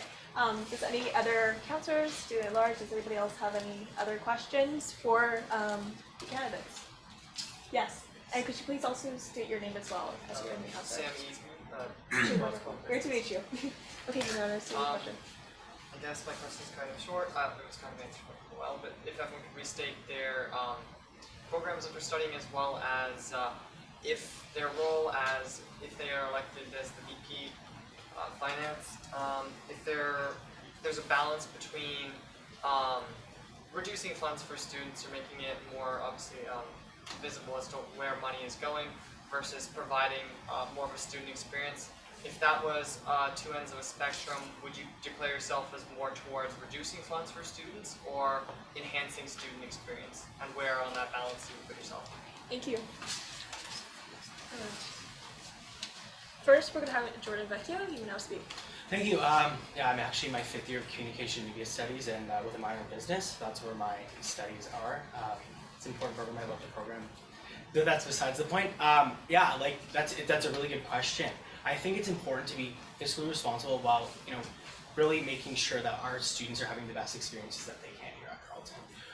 This organization gives so many opportunities for students to learn and grow here at Carleton, but once they move out, take that experience with them and move forward into the workforce or wherever that may be. I think it's important to look at where we can cut costs, that may not, if the sort of the service or whatever isn't, garnering as much student engagement as we'd like, maybe just figuring out another way where we can allocate the funds effectively. So I think looking at all we're doing, where we're growing and doing well, and looking at that, and doing more of that sort of events or programming, and then looking at where we can cut costs and save. That's it. Thank you. Thank you so much. Next, we're going to have Stephen White. You may now speak. Very much. Thank you for the question, Councillor. It's a very, very important question. And I'd like to say, well, actually, first of all, I study law and political science with a minor in philosophy. Besides the point, I'd like to say that I will start, if selected, by doing a really deep dive on all of our expenditures, with particular emphasis on the fees that we charge our students. I'd like to know exactly why these fees are being charged, where they're going, and what is the utility of these expenditures. Are they benefiting the students like they should be, or like they should have been in theory? Are they benefiting the students in the sense that these are things that they prioritize? These are things that I would love to answer, but in my current position, there's a lot of information I'm not privy to. So I can tell you that I will, if selected, do a deep dive and have answers for you. And I would love to promote collaboration between the Office of the Vice President of Finance and members of the Sprott School of Business, because we have emerging business experts right here. Thank you so much. Thank you. Next, we're going to have Zach Zedon. Thanks for the question. I'm in my 4th year of law with concentration in business law. Now what I would focus on is, well, starting with CUSA. CUSA is a very, very big and local organization, and it offers a lot of resources for our students. These resources, could be something as small as free printing, it's all something all the way up to like health insurance. So I would focus on making sure our students are aware of the resources that we offer to them, and any of the untapped revenues that maybe the students are just not looking for as something we provide can be diverted to enhancing the student experience on Carleton. So that's what I would focus on. Okay, wonderful. Thank you so much. All right. Is there any counselors that have any questions? Seeing none, we're gonna go to the next. What? Yeah, Grace question. Grace Sims, we're gonna. There was a moment there. Okay, so yes, you would now speak. Thank you. So the Vice President, Finance Secretary, Treasurer works very closely with the Board of Directors and with a number of full-time staff in the CUSA office. There's a finance team, the Executive Director in addition to the executives. in your position, or if selected as Vice President, Finance Secretary, Treasurer, how do you plan to work with all of these different people, all of these different organizations, council, the board, and the full-time staff to ensure that everyone is, or the individuals have their say, and that you're ensuring that these bodies work in a coherent manner with each other? Great, thank you. First, we're going to go on to Steve, then Watt. You can have Steve. Thank you very much. Thank you, Director Sims, for the question. Very good question. Because the position of VP's Finance, we're talking a lot about our vision, but in the end, we're part of the team. We're part of the executive team. We're part of, obviously, in light of the new governance reforms, we're part of the board of directors, or excuse me, the CUSA board. And so teamwork is very important, and teamwork skills are very important. The way I would engage with all the different teams that I will be involved with is by ensuring from the get-go that we all are in agreement with what our goals are, both as bodies, legislative bodies, as individuals, and making sure that my actions and my priorities fall directly in line with those goals that we've already agreed on, and then going from there. And I think that it's very important that the person who's going to take this role be a good team player, and I think that my experience has spoke a lot to my strength in that capacity. Wonderful, thank you so much. Next, we're going to go on to, Zaf, Zedon. I don't know how to speak. So thanks for the question. So it's important to know that if the position of VP Finance and Secretary of Treasurer is not just about dealing with finances. It's also about being a leader and having the proper knowledge needed to work with other teams a part of the organization. Being a good leader also comes with knowing when to give different teams a chance to show show their knowledge to the exec team or me as appointed as VP Finance. So as long as, like Steve said here, we focus on the same task, we make sure our end goal is all the same. At that point, as long as we have the same end goal, we can focus and put our efforts together to have everybody, or to give everybody their equal say and share of the work that has to be done, which is part of being a VP Finance and the leadership role of the position. Awesome, thank you so much. All right, and next we have Joey Vecchio. Thank you. All my colleagues here had great points, and I think it's important because we're coming in the middle of the term, right? I think once whoever's elected today, it's important for whoever's elected to sit down and look at where the former VPF left off, and it's important to continue that work moving forward and continue the relationships that he has created with all the members of that, senior staff at CUSA, the board, and the executives, and make sure that we can, create a seamless transition and flow until the end of the term. Again, setting up meetings, talking to individuals, and making sure that everyone's on the same page, like everyone said, is very important. It's all a team. It's a big team, but it's a team that has a lot of love and caring, and a lot of people that dedicate a lot of their time to. It's important to continue to make this organization flourish and thrive, because that's what it's doing right now. So thank you. Wonderful, thank you so much. All right, okay, we'll go this way. All right, does any counselor, student at large, anyone else have a question? Sure. Do you have a question? Madam Speaker, point of information. Since we're Yes. talking about transparency, I've been trying to find the sole reason on why Gabe resigned. Is there more on elaboration on why Gabe put out his resignation?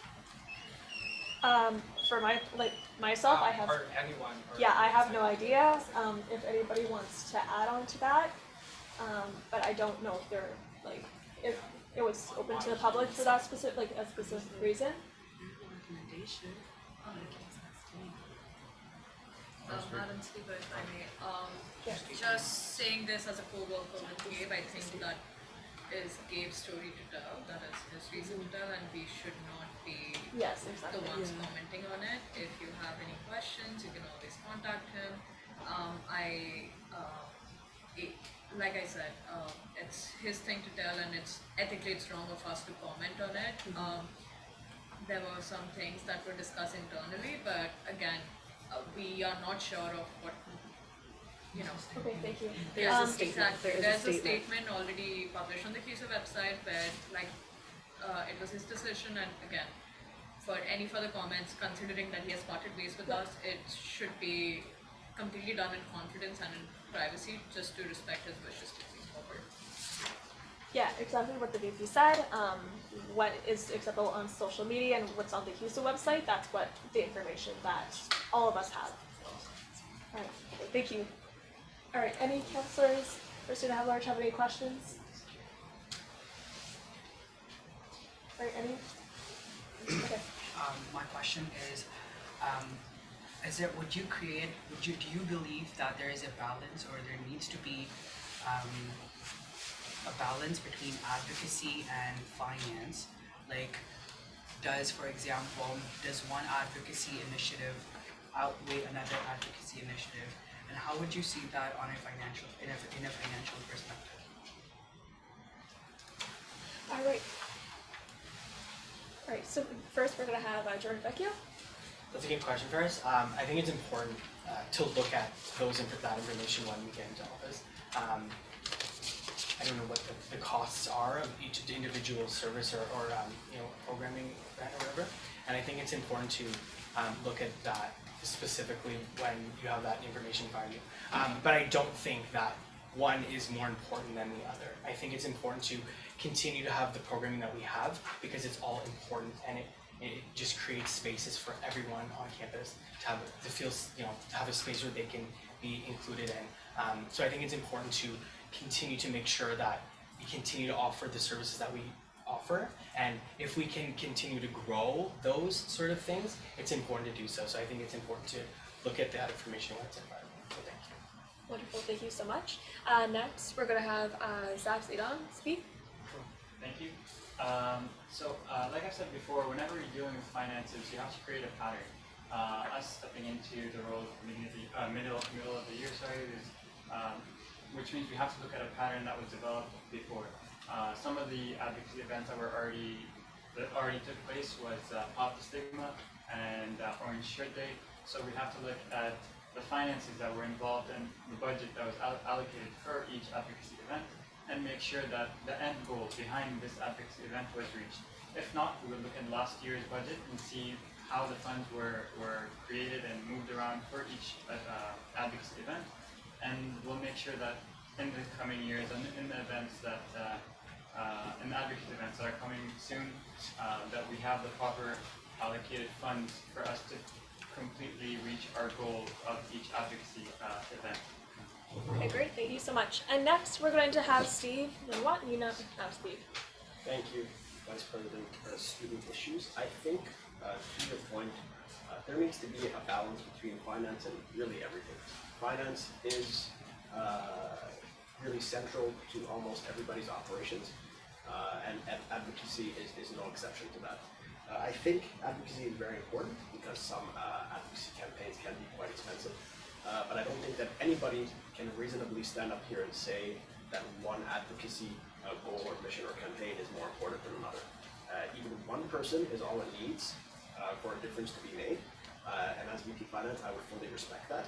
I would say probably as a general rule, the proportion of students affected by whatever the campaign is should be proportionally reflected in the funds allocated to it. But obviously, this is something that has to be considered on a case-by-case basis, which I would love to do in collaboration with you. Okay, wonderful. Thank you so much. All right, is there anybody else that has a question? All right, otherwise we're going to now move on to deliberation of counselors. All right, so seeing none, we're going to move on. All right, so now I'm going to ask candidates to leave the room, approximately 10 minutes or so, but we'll get somebody to come and get you to let you know. And anybody, awesome. And then anybody who has a conflict of interest or anything like that, please also leave the room as well. And yes, was everybody? Like talking about it, yeah.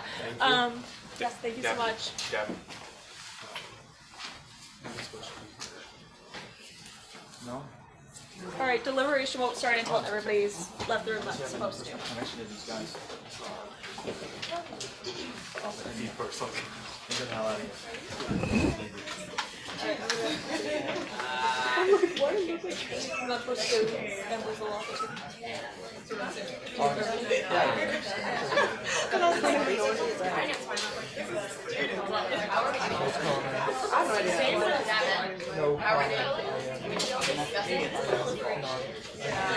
There should be a chair for this part.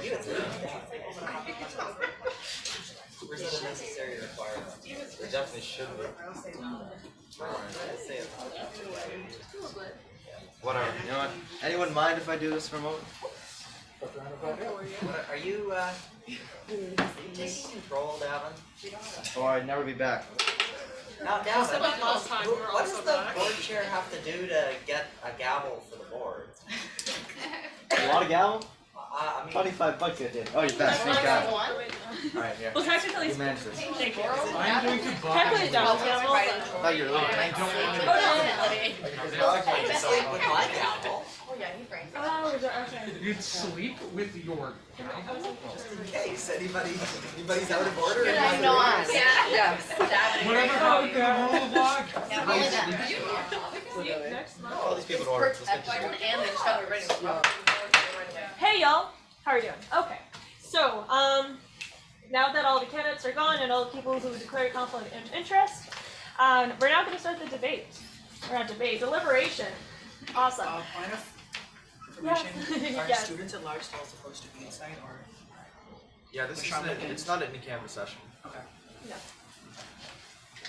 So that means, sure, yeah, okay, cool. All right.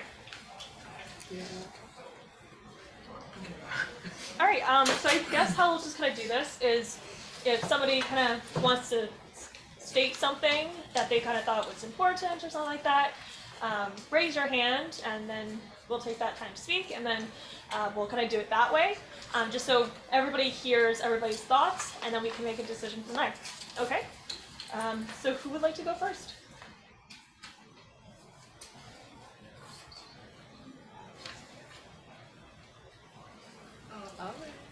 Madam Speaker, we Yeah. have passed on Zoom. For some reason. Okay, cool, yes. If we can hear them. Okay, so Councillor Kokumi, you may now speak. Are we able to get the Zoom from here? Okay, that's fine, that's fine. So maybe, Can you mute yourself over there? yeah, could you possibly, yeah.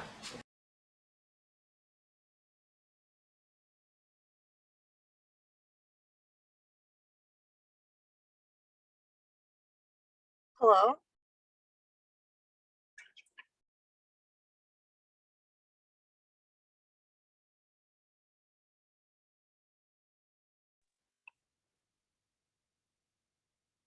Yeah, please go ahead.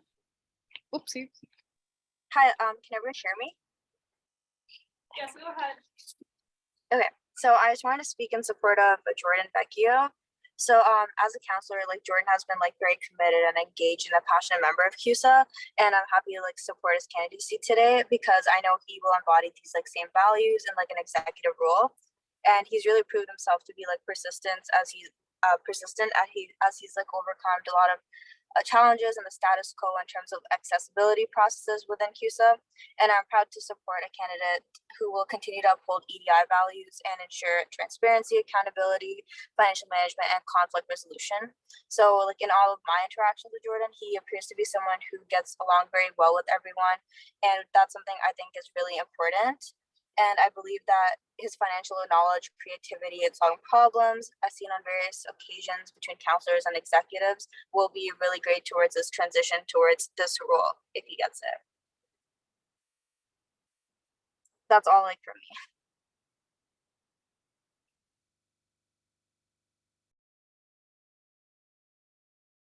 There was a board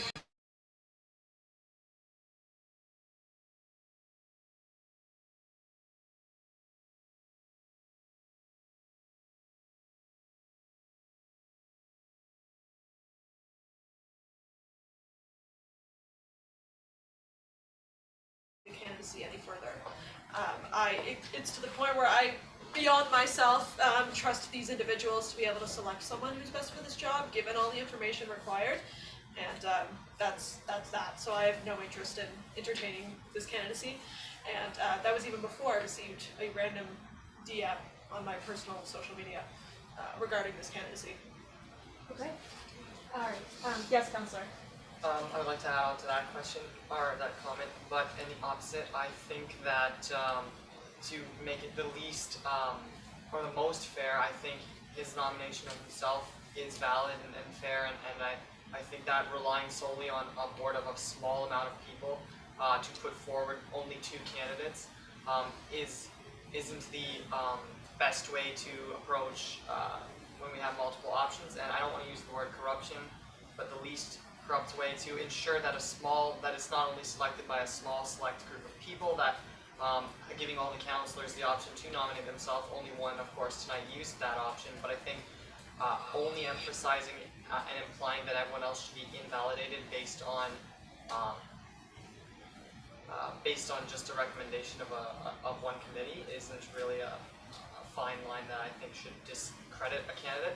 That being said, I would also like to comment my support in favor of Steve, because I believe he had the most thorough answers in the debate, where it was the most thought out in terms of what his plan is and what he wants to do, and I think that would be an important thing to note when considering a candidate. I'm not denying the validity of someone nominating themselves. That is entirely valid. But having sat on as the chair of a hiring committee, considering Jordan in the past, and having been peer pressured in public by executives to hire this person, and having been, not showing up to the meeting and showing a lack of professionalism in that hiring process, I admire this councillor's dedication to CUSA and their passion, and like I said to them directly earlier, like, you will find your place and your space in which you can hone this enthusiasm for CUSA, but I prefer it not be for $7 million. And I owe your sentiment in that Steve seemed to be the most prepared, willing to answer my questions, answering numerous emails, and the other one to directly reach out to me in a way that I consider to be not only not an invasion of my personal space, but also in a way that was showing professionalism. So I agree with you. I want to let the committee know about, I feel like the committee deserves a clarification. As someone, the president who's supposed to be the hiring processes recused herself, declared conflict of interest, and delegated me to be part of the committee, as is the usual process is. To give context, we received over more than 20 applicants. We shortlisted 14 that we went through based on experience, resume, the cover letter, and with that we provided interview to 5 candidates that we thought would be were the most qualified and eligible. All 5 of them were given the same opportunity. CUSA policies provide accommodation for any person that requires accommodation. One of the candidates dropped out a few hours before the interview. The committee, which was a bicameral committee from the board member, a councillor, and myself that was there. And I can assure you that the committee watched those people who weren't part of the committee watched through the videos. We asked the candidates if they were okay to record the video. We did a thorough interview process to do so. Our main priority was someone with the best financial capabilities, and as Councillor Hammond mentioned that as well, there is a set procedure that has been delegated. I understand the rules of procedure and everything, Madam Speaker, and I respect that, and I wasn't aware of that possibility. As someone who believes in equity, that other candidates should have had the same opportunity as another candidate who is present here, and that's partly CUSA's fault. Maybe I would go up to say that it wasn't something that as publicly advertised that this is a possible way that you can do it. Maybe that's a thing that we should actually work on for next elections, that such instances do not occur again. That maybe for the CPRC to work on for future committees. But the main part is to avoid this sort of instances where that the person who is the VP Finance, because they are a non-voting member of the board, they have the financial responsibilities, and is someone who respects that equity the CUSA stands for. And that's all I'm going to say in terms of the process and defend the nomination committee, because I don't see anyone here, and I feel like I owe the council about what the process looked like, and then have a clarification that they have. I'm okay to ask questions about it. Questions. We can put that under information. Yes. Yeah, so I just had a follow-up question. So thank you for providing context. I think that was much needed. Just for clarification, so even though there was only 2 people present at his hiring, everyone who was on the hiring committee watched the videos and they were able to take part in that process, or? Yes, for the most, it wasn't just Councillor Vecchio, for other candidates as well. At most, there were 2 people, not the entire quorum that was set. It was supposed to, like, whoever appointed to the committee. So it wasn't just Councillor Vecchio's interview. There were some interviews where it was almost the same attendance. But when we as a committee deliberated, it was 3 people who were supposed to be there in the committee, as it says in the bylaws. As per, lost my train of thought to what Councillor Easby had mentioned about the council being a small committee, is that's how how CUSA committee or how any established committee works. It's a small number, but it makes sure that there is representation from each group. So there is a councillor. There were 3 councillors that were appointed, 1 board member, 1 executive, and the director of HR, who's also with us today. That was part of the nomination committee, which means that was representation from all sides, elected officials, indirectly elected officials, and board members as well. So that way, all aspects of a hiring committee. I also ensured that because CUSA has passed the EDI report last year, and as I mentioned to council in my previous meetings, that we want the EDI report to be in compliance, which meant that the panel be an equitable panel from different people, individuals from different communities, identities are present in that panel. So to go on to explain. It's almost 10 minutes.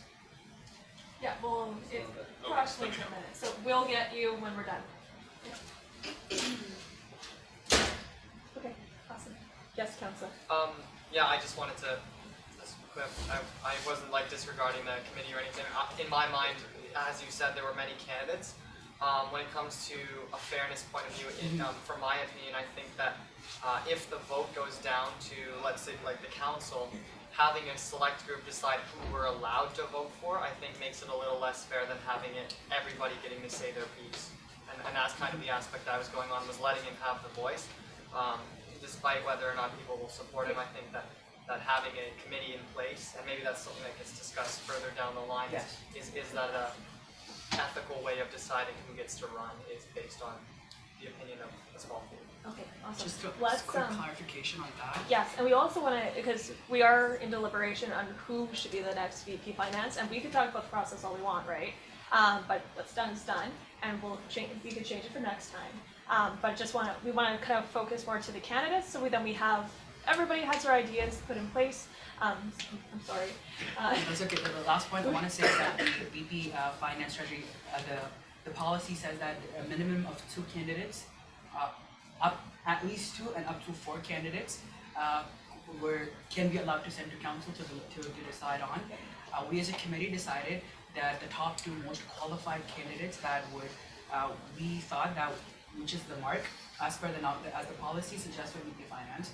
So the main, if you read the recommendations that we wrote, is strictly based on financial.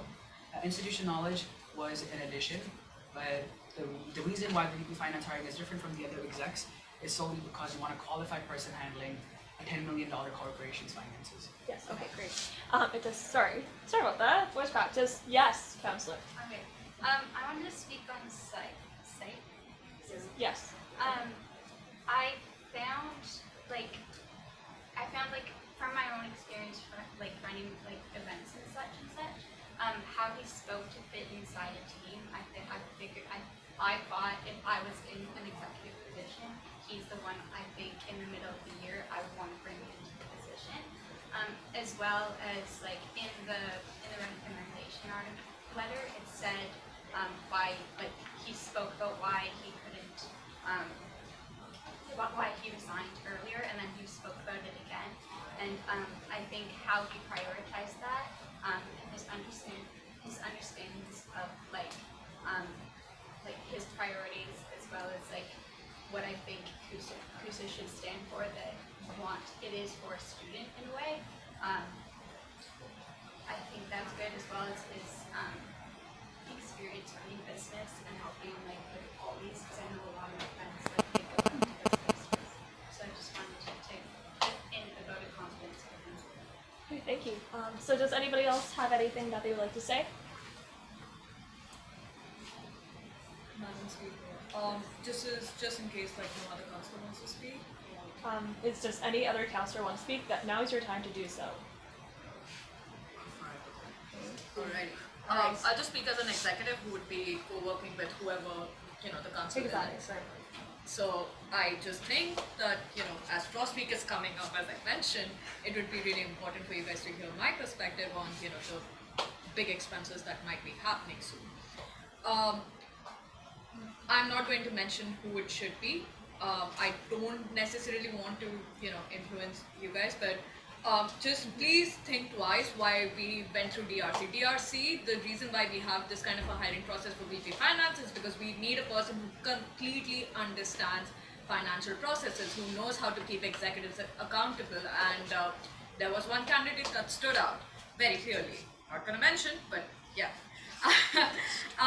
So as an executive, I would sincerely urge you to just, when you're voting, think about who stood out to you, who do you think can hold all of us over here, the four of us plus the president, accountable financially, because at the end of the day, when the audits are running and we're giving our, final financial update, you should be proud that, we elected this VP Finance in the middle of the term and they were able to deliver, proper progress, and, they were able to hold an institution, an association that has been very well known for, not proper, I would say improper financial management, to have rectified it so far.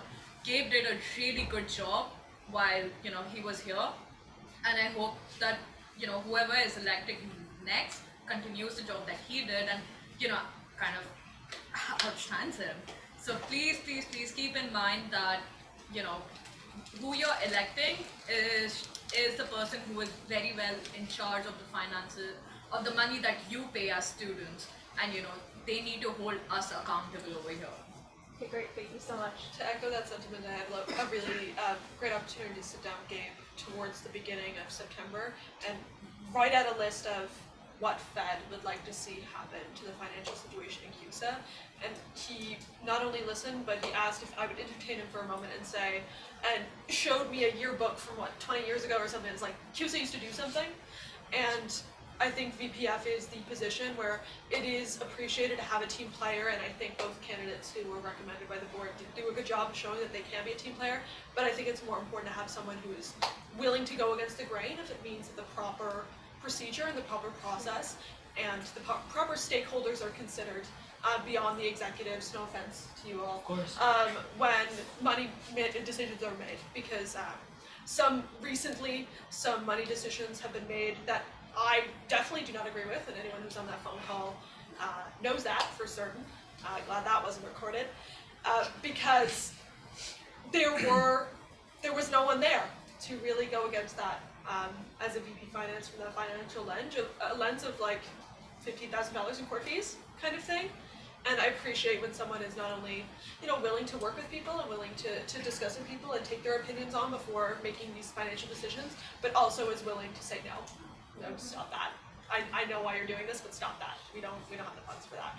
So I appreciated that about one of the candidates in particular, and Steve is honestly my final decision at this point. All right. Yes. I was just going to say, for the purposes, I think I can see this as a board director, but also just as somebody who really cares. As somebody who really cares, there we go. Thanks, Greg. Understand, particularly from an administrative perspective, the gravity of selecting a highly qualified vice president of finance for a few reasons, especially this year. It is a bargaining year for CUSA. It is a bargaining year. CUSA is a multi-million-dollar organization with core businesses. Were you poor? That's how you count it. Depends on how you count, 3 or 4 businesses, 3.5. And what comes with that too is the fact that we have approximately, I want to say, 100 staff members, so give or take. Also depends on how you count them. Many of them, I would say, majority of which are unionized. 3011, the full-time union, is almost at the end of bargaining right now. Collective agreement has been settled, or is coming close to being finalized. 1281, the part-time workers, including those who work at Roosters and Ollie's, some of the people you interact with on like a service basis, are about to go into bargaining too. And it is very unique in collective bargaining regimes that you're going to want to have somebody on that bargaining team who's going to present the strongest position, or is going to be negotiating for a fair collective agreement. Who that person is up to you, but especially in a unionized environment, highly important to keep that in mind. Thank you so much. All right. As it, one last thing. Okay, yeah. One last thing. I just want to make sure Speaking that all, you may not everything's speak, on the but table, everything's sure. access for your counselors. You also have the director of HR here today, as well as Sam's here with us. Any questions about any still clarifications that is still needed? Sam can answer. Just like a question. Yes, go Because ahead, Counselor. I know Counselor, I've received a DM as well, and like how he told me that he had a disability. Was that accommodated and considered during like the process for like the nomination? Yeah, so I can address that. From the CUSA side, we receive notices of accommodation either directly from PMC, the Palmetto Center, or from the candidate, usually in advance. I don't like speaking on specific applicants, but that's the process. And when we receive those, they are instructions. It's not recommendations. So whether we get them directly from the candidates or from the PMC, we're obligated to follow them in our hiring processes by policies that were put in effect by this body. Okay, thank you for that information. Okay, all right. So if nobody has any more questions or anything to say, we're going to now end deliberation, and we are now going to be voting. So we can allow them back in, right? All right. So we're just going to allow the candidates back in. It's going to be a ranked voting system, so I think you'll have 2 choices. We'll have somebody that will explain it, but you'll get a piece of paper, you'll write down your 2 first choice, second choice, and then you'll put it in a box.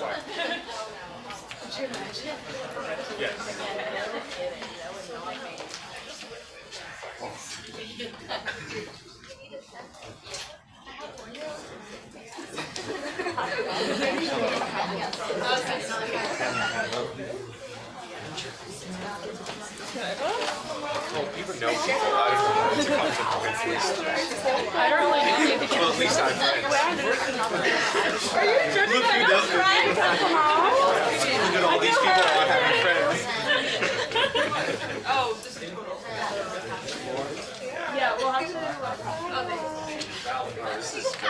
What's happening? We're going to be voting Howard. But no, seriously. Like, Secret ballot.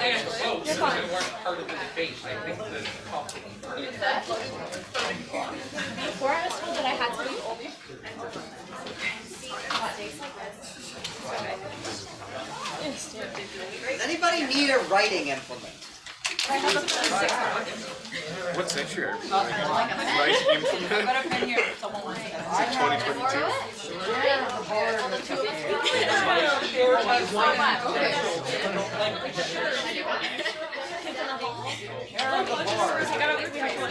Okay, no. It's like a pen. Where my earring is. Make sure I get the bag. This is what my camera cooperation. This is my camera cooperation. That's right. Yeah. Building ties between chambers. Wait, am I allowed to vote or no? She's in the presiding officer. No, left with a tie. Okay, sounds good. Are you okay? Of course. Yeah, I was just wearing cards. I guess something happened to my ear.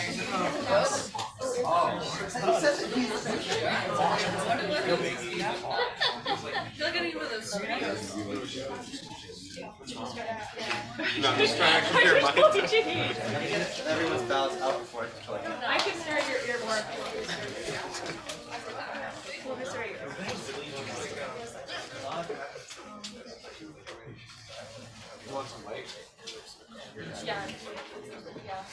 When everyone's done, fold them in half. I'll come around with the blue box again. Fun part. And then I was over at him, I was glad all six, and I'm like, who gave this? And it was all very good.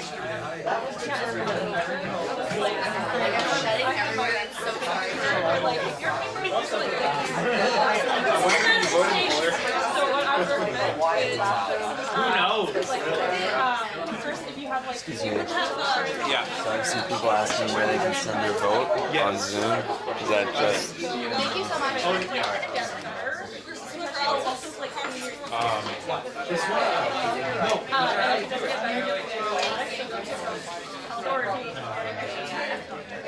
Sorry, I had so much fun. That's really helpful.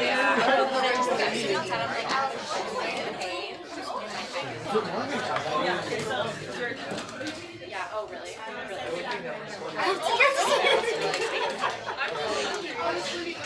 Sorry, I just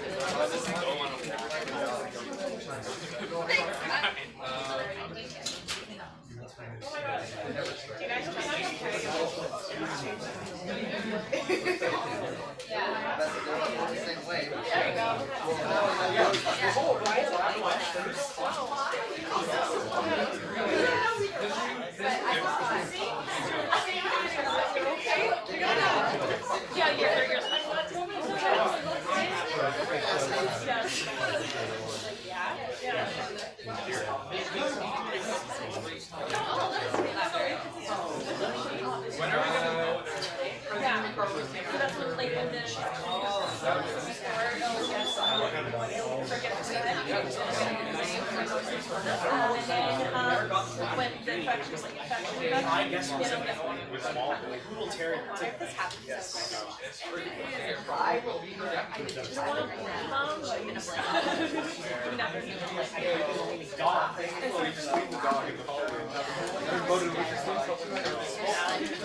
I'm just doing what I'm told.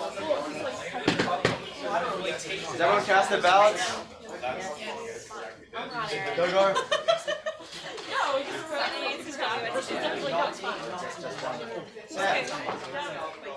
Oh, yes. Yeah, after then it was next that's different.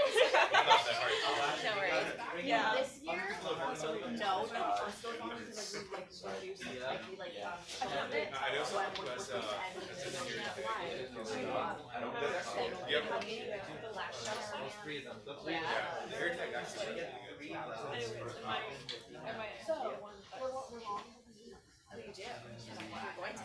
It'll be within this term. I know. How exciting. But you'll be a pro by then. Oh yeah. So everything will be good. You'll have lots of stuff. Your book. My book? Yeah. We'll be all good. For everybody.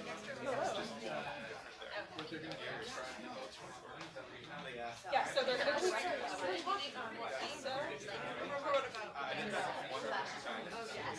They're actually really good food, but they're expensive in comparison to what we pay ourselves, especially for we provide like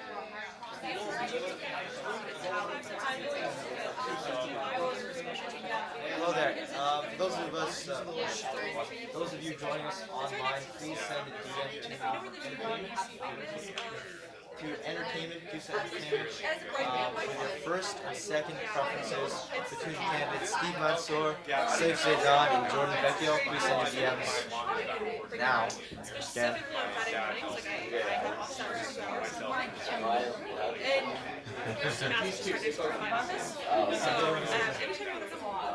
Oh yeah, we have big cameras. Yeah. All right.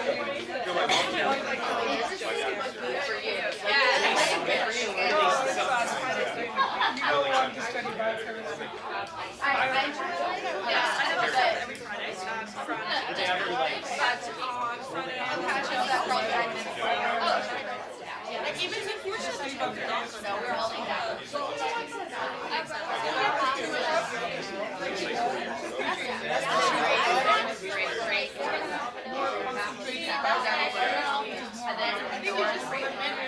Again, any counselors online, please send in your votes now to entertainment at CUSA through DM.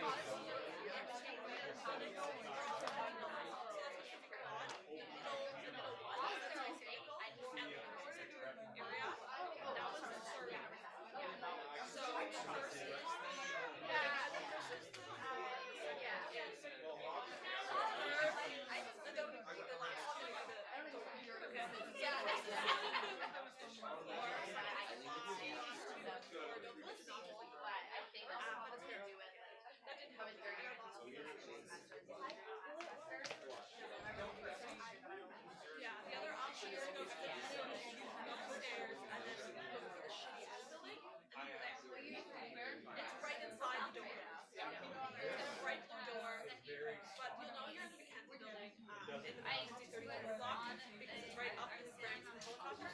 Easy as that. You'll see the house right from the ceiling. And also,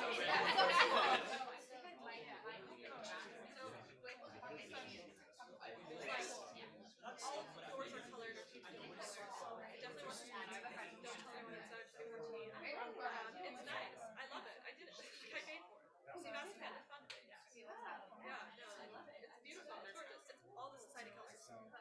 Which is nice. Tell people to change the yellow. The red door because we've got 3 years of law students, right? And we had this one and Leo's already picked it up. So Leo's looks like a TARDIS without the moon. I don't know why it's but anyway, that's the place. And it's all students, but it is very chaotic. So we're also mentally, physically with that. But no, it's a good spot. We are allowed to get our services from the same Now, what I wish was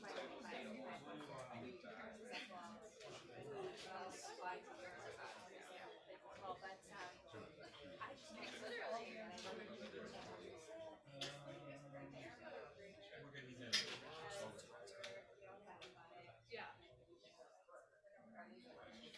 Love to see that in the CUSA newsletter. They said no. Yeah, just the contract that we all. Yeah. I already have it set up in there. Why?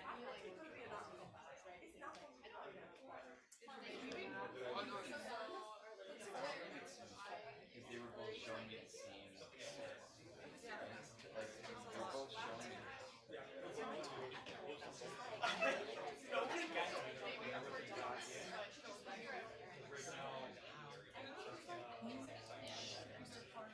Anyway, so and like just 5 minutes sometimes, like no, because you can't breathe too.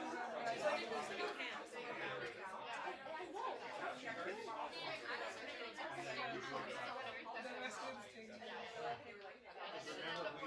we just never get caught.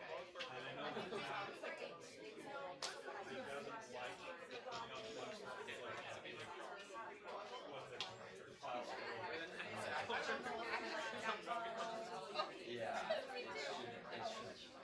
It should have been, but I just there was some. I think it might be.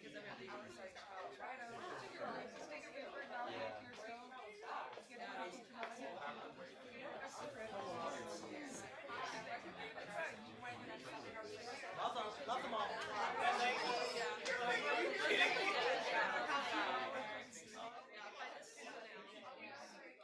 it's ridiculous because like the prices are tiny.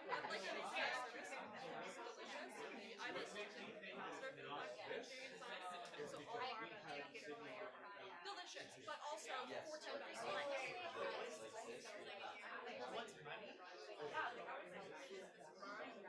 Because all you have to think about is like you need to be. I'm just setting the HDMI. You're coming to me. Like, where you have to work with me. And the student quality in a lot of the other like restaurants where you order from, like it's not as good as you would expect or as efficient. But then suddenly the fact that the interior design is like complicated as that, like butternut squash soup is on the menu and the best Danish I've ever consumed. Like, where did you get it? It's all on the same decision. Yeah, exactly. Yeah, you have someone else over there, but yeah, no, they cater. Like for semester, we cater on Monday. We get donuts and for our meetings because a lot of students will not attend unless there's good food, and we want people to know. We have the third largest program on campus, right? So we have a record number of students this year who signed up for memberships. I think last year we had 71 total, and we have 190 already. This year. Like, yeah, almost 3 times as many as we had last year, yeah. And it's $10 there's a member dispute, so it is good revenue for us. It's like money this one, we're already yeah, we sometimes have customers that sometimes we have about $7,000 to $8,000 quote. Because that's how much it costs for our entire year, but this first party, so we're renovating the office, we have a new one that was done in 2014. You really gas that over the years. We have some excavated and whatnot, but also it's like we can't even buy our we can't even buy our own food to bring this to our meeting room. That's a little ridiculous. We're trying.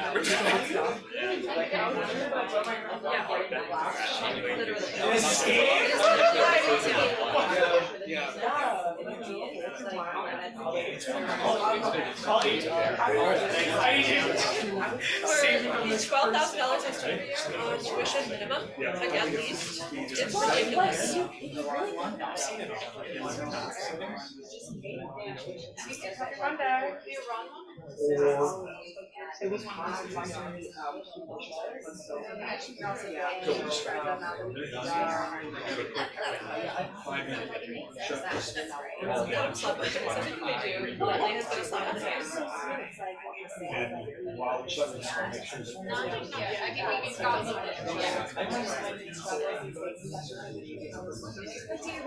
Yeah, bursaries aren't even out yet.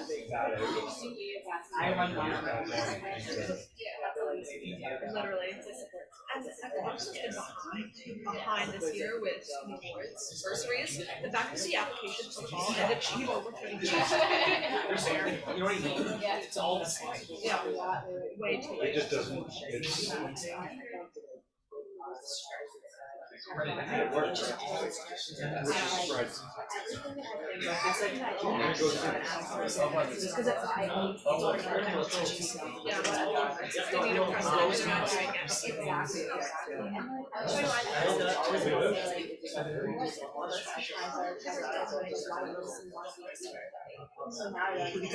They don't care.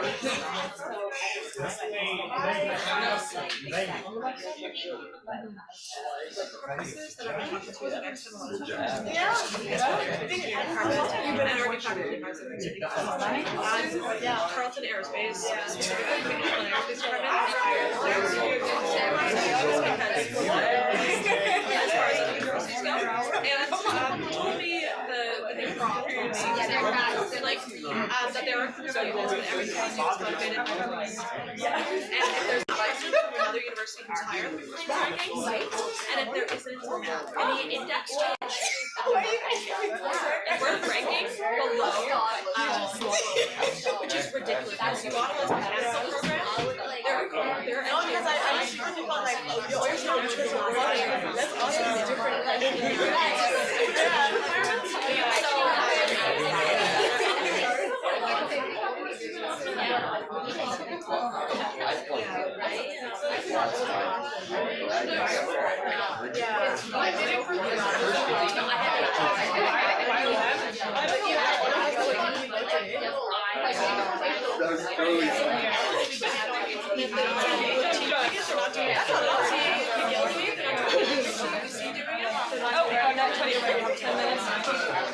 For what?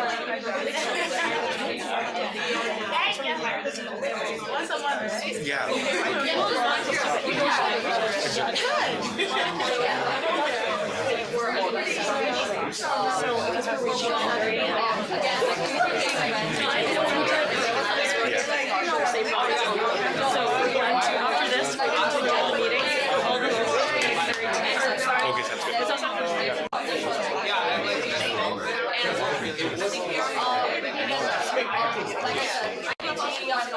Chicken breast. Yeah,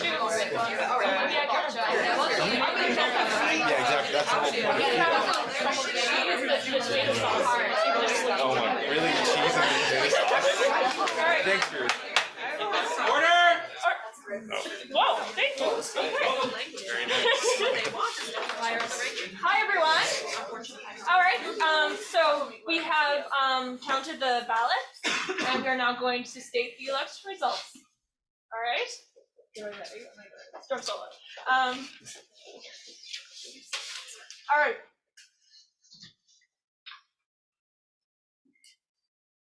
All right, this is just alphabetical order here, or not alphabetical order, but anyways, so we're first going to start with Saf Suzanne, who has four votes. Next, we're going to go to Jordan Vecchio, who has 2, and next we're going to go to Mansour, who has 18 votes. This makes Mansour have 75% of the vote, Jordan Vecchio 8.3%, and Saf Zaidan 10%, meaning that Mansour is now the new VP Finance.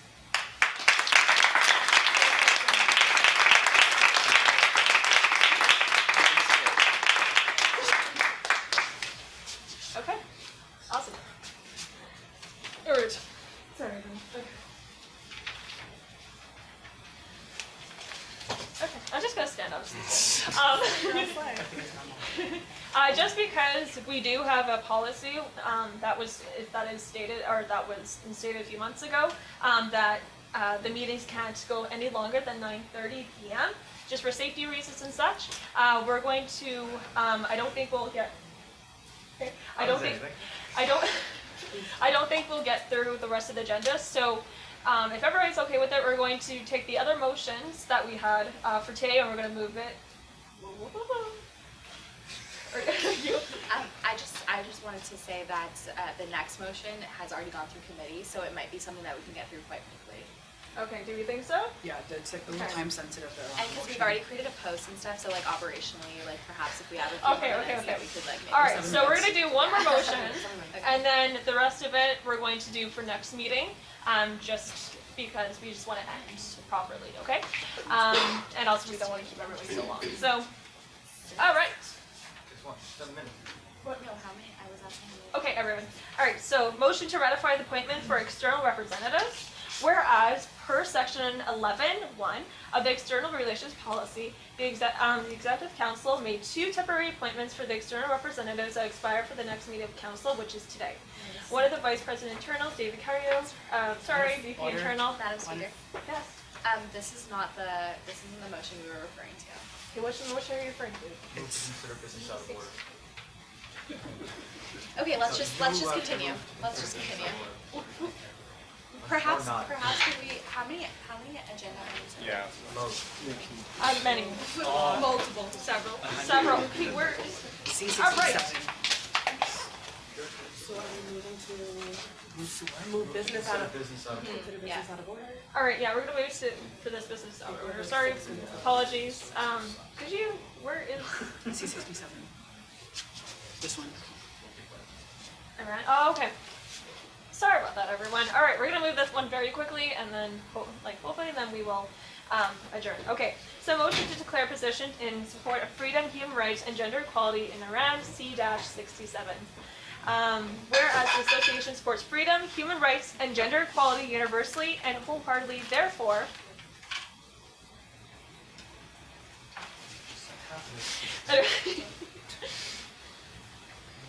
Okay.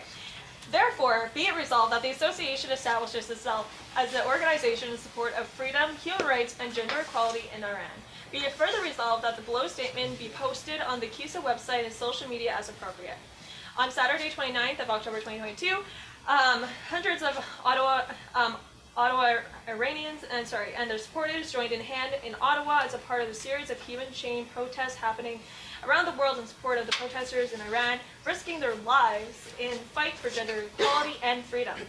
Carleton University Student Association CUSA stands in solidarity with Iranians and allies who are calling for freedom, human rights, and gender equality.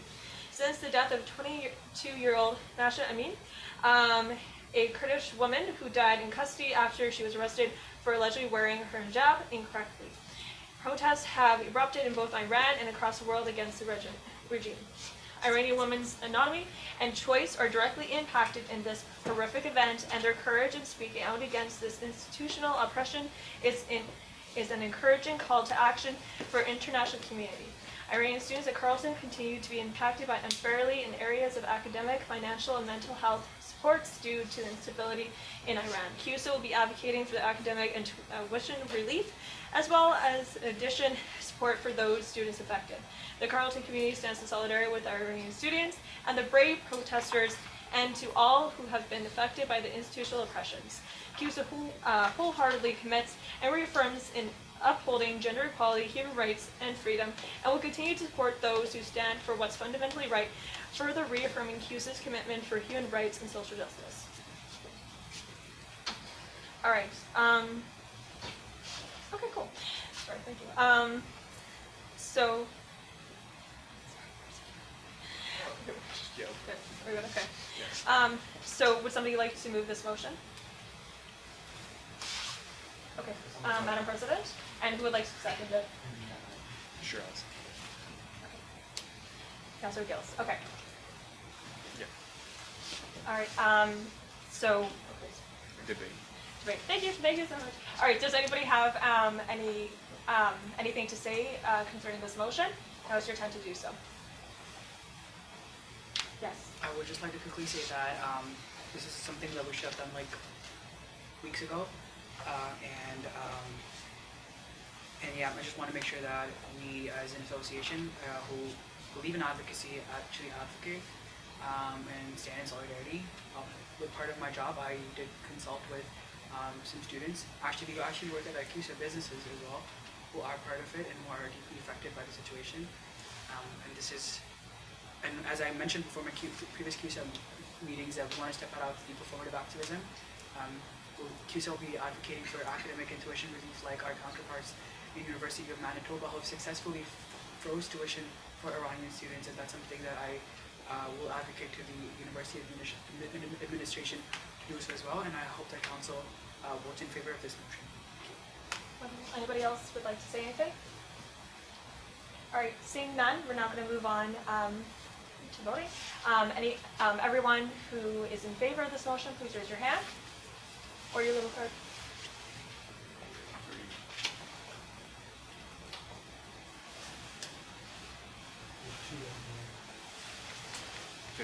Including me. 15, including yourself. Okay, wonderful. And then anybody who's opposed. I'm no proxies. I'm 6 people. 6. Yeah. Okay. I am the faculty administrator. I can't do it.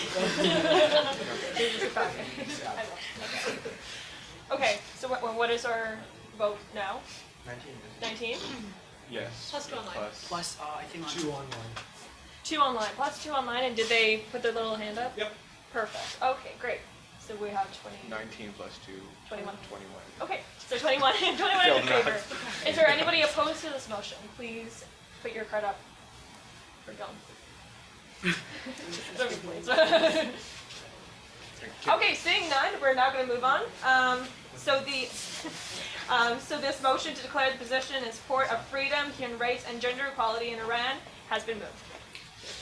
I move to extend the time by 15 minutes, just because I just went through it again, and there's actually, and it won't take us very long, it's just there's something that we need to pass ahead of the board meeting coming next Monday, and in addition, then after that, I believe there's only 2 other things, which is literally an approval of a committee that somebody sits on, or not a committee, but an external organization that somebody sits on, and a position. I think we could finish it in 15 minutes, but it's specifically one of them. But anyways, I move to extend time. It's 2/3 majority, correct? That depends. Me and Gray were talking about this a long time ago. Actually, I'm wasting time. Okay, so everyone in favor to extend the meeting by 15 minutes, please raise your hand. Okay. Yeah, sure. Opposed. Okay, individuals who are opposed, please raise your hand. Yeah, nobody's opposed. Sorry. It can be really easily done online. 6 to 8. 6 to 8. Just as an information to the council, in the event that it can change your mind, it is just executive composition committee, which is It's super easy.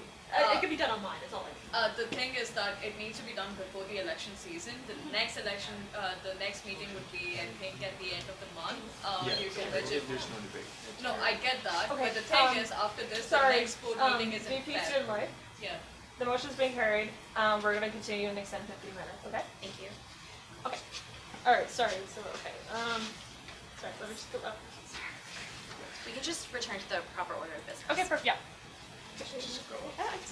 We're at C64, motion to ratify the appointment of All right, okay. So motion to ratify the appointment of external representative C-64, whereas per section 11(1) of the external relations policy, the executive council made 2 temporary appointments for external representatives that expire in the next meeting of council, which is today. One of the vice president's Turtle, Davin Caballero, and 2 the Ontario Undergrad Student Alliance, and the other former vice president finance to the Canadian Federation of Students. Therefore, whereas since the resignation of the Vice President Finance, the Vice President Internal has taken over his portfolio, re this CFS. Therefore, be it resolved that Council appoint the Vice President Internal, Davin, or failing him, his designate as a representative of this association to both external organizations. Who would like to move this motion? Bill, and who would like to second it? Vecchio? Okay. Anybody have anything to say on this motion? Seeing none, we're now going to move on to voting. Does everyone in favor of this motion, please raise your hand or little cards? High up, card. 1, 2, 3.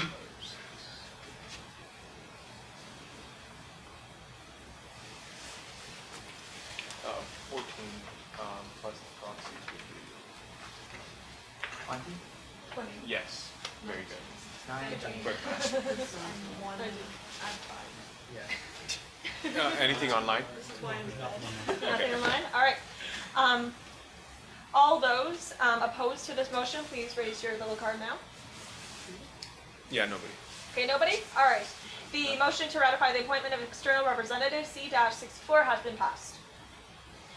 Next, motion to fill the ad HOC Executive Composition Review Committee C-65. Whereas the ad HOC Executive Composition Review Committee was constituted by the Board of Directors on the 2nd of October 2022, and whereas the Democratic Reform Report recommended in 2022-2023, Council constitute a committee to evaluate the responsibilities and the elements of executive roles.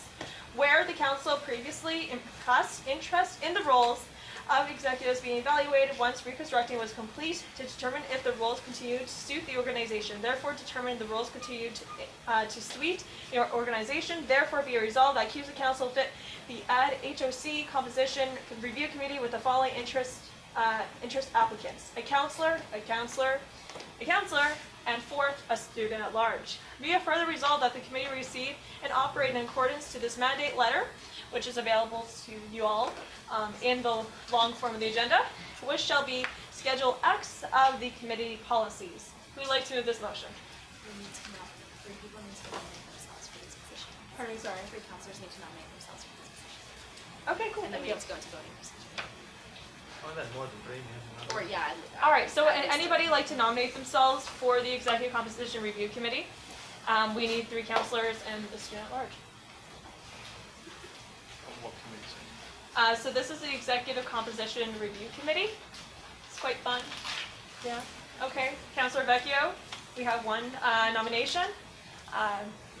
Anybody else? Yes. Sorry, what is your name? Kiana. Oh. Okay. Okay, wonderful, thank you. And Maya James. Maya James. Okay. Okay. So we have 3 councilors. So just if Davin, if you could just replace the ones on the agenda. Okay, so the motion will be replaced with Councilor Cavero, Councilor James, and Councilor Vecchio, and then student at large will be filled how? I recommend that Mr. Zidane here. I can't move it, but I would recommend his nomination. Okay, and do you accept your nomination? Okay, great. Okay. So the motion would read those 4, and now you can ask for mover and seconder. Okay. Did you change it on the I can't. We don't have access, but Davin will. Yeah. I can change it away. Yeah, sure. There you You can take a vote. Yeah, just. Yeah, so all in favor of these nominations, please raise your hand for the motion. Mover and seconder. a mover and a seconder. Oh, we did not, sorry. Sorry about that, everyone. Who would like to move this motion with now the nominations are complete? Yeah. Madam President, and sorry, what is your name? Mahesh. Okay, Counselor. Yeah.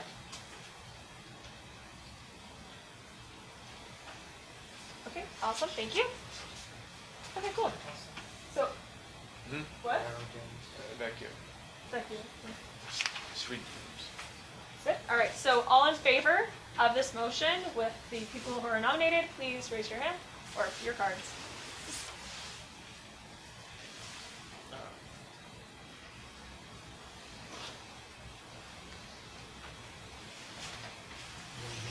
Uh, 12 plus. There's one person online. 18. 14 plus 30 online. Because 14 people, right? You guys can vote. Oh, yeah. Well, yeah, just vote then. 14. 14 plus. And 5 more. No. Yes. There's one person online. Okay, and 14 plus 1 plus 5? No, not That's already included in the 5. Okay. 15. Okay. All right, everyone. This is what I'm using my math on. Gil. There's in a row. Okay, so anybody opposed to this motion, please raise your hand now. Seeing none, the motion to fill the AD HOC Executive Composition Review Committee C-65 has now been passed. I move to adjourn. You move to adjourn? Yes. Okay. Yeah, but that one will take a little longer. And I think RV can help perhaps think about doing that during the vote or at the next meeting. Okay, so you motion to adjourn? Yes. Okay. Do we have somebody to move this? Yes? Yeah, Counselor James. I moved to adjourn, so now you just need. Second. Okay, so Myra James. Okay. And everybody in favor of adjourning? Doing I think it's just unanimous. Yeah, It's just unanimous. Yeah. Okay, perfect. All right. Thanks, everyone. Thanks, Erin. Congratulations to all new counselors and also our new VP finance. And also thank you to everyone who was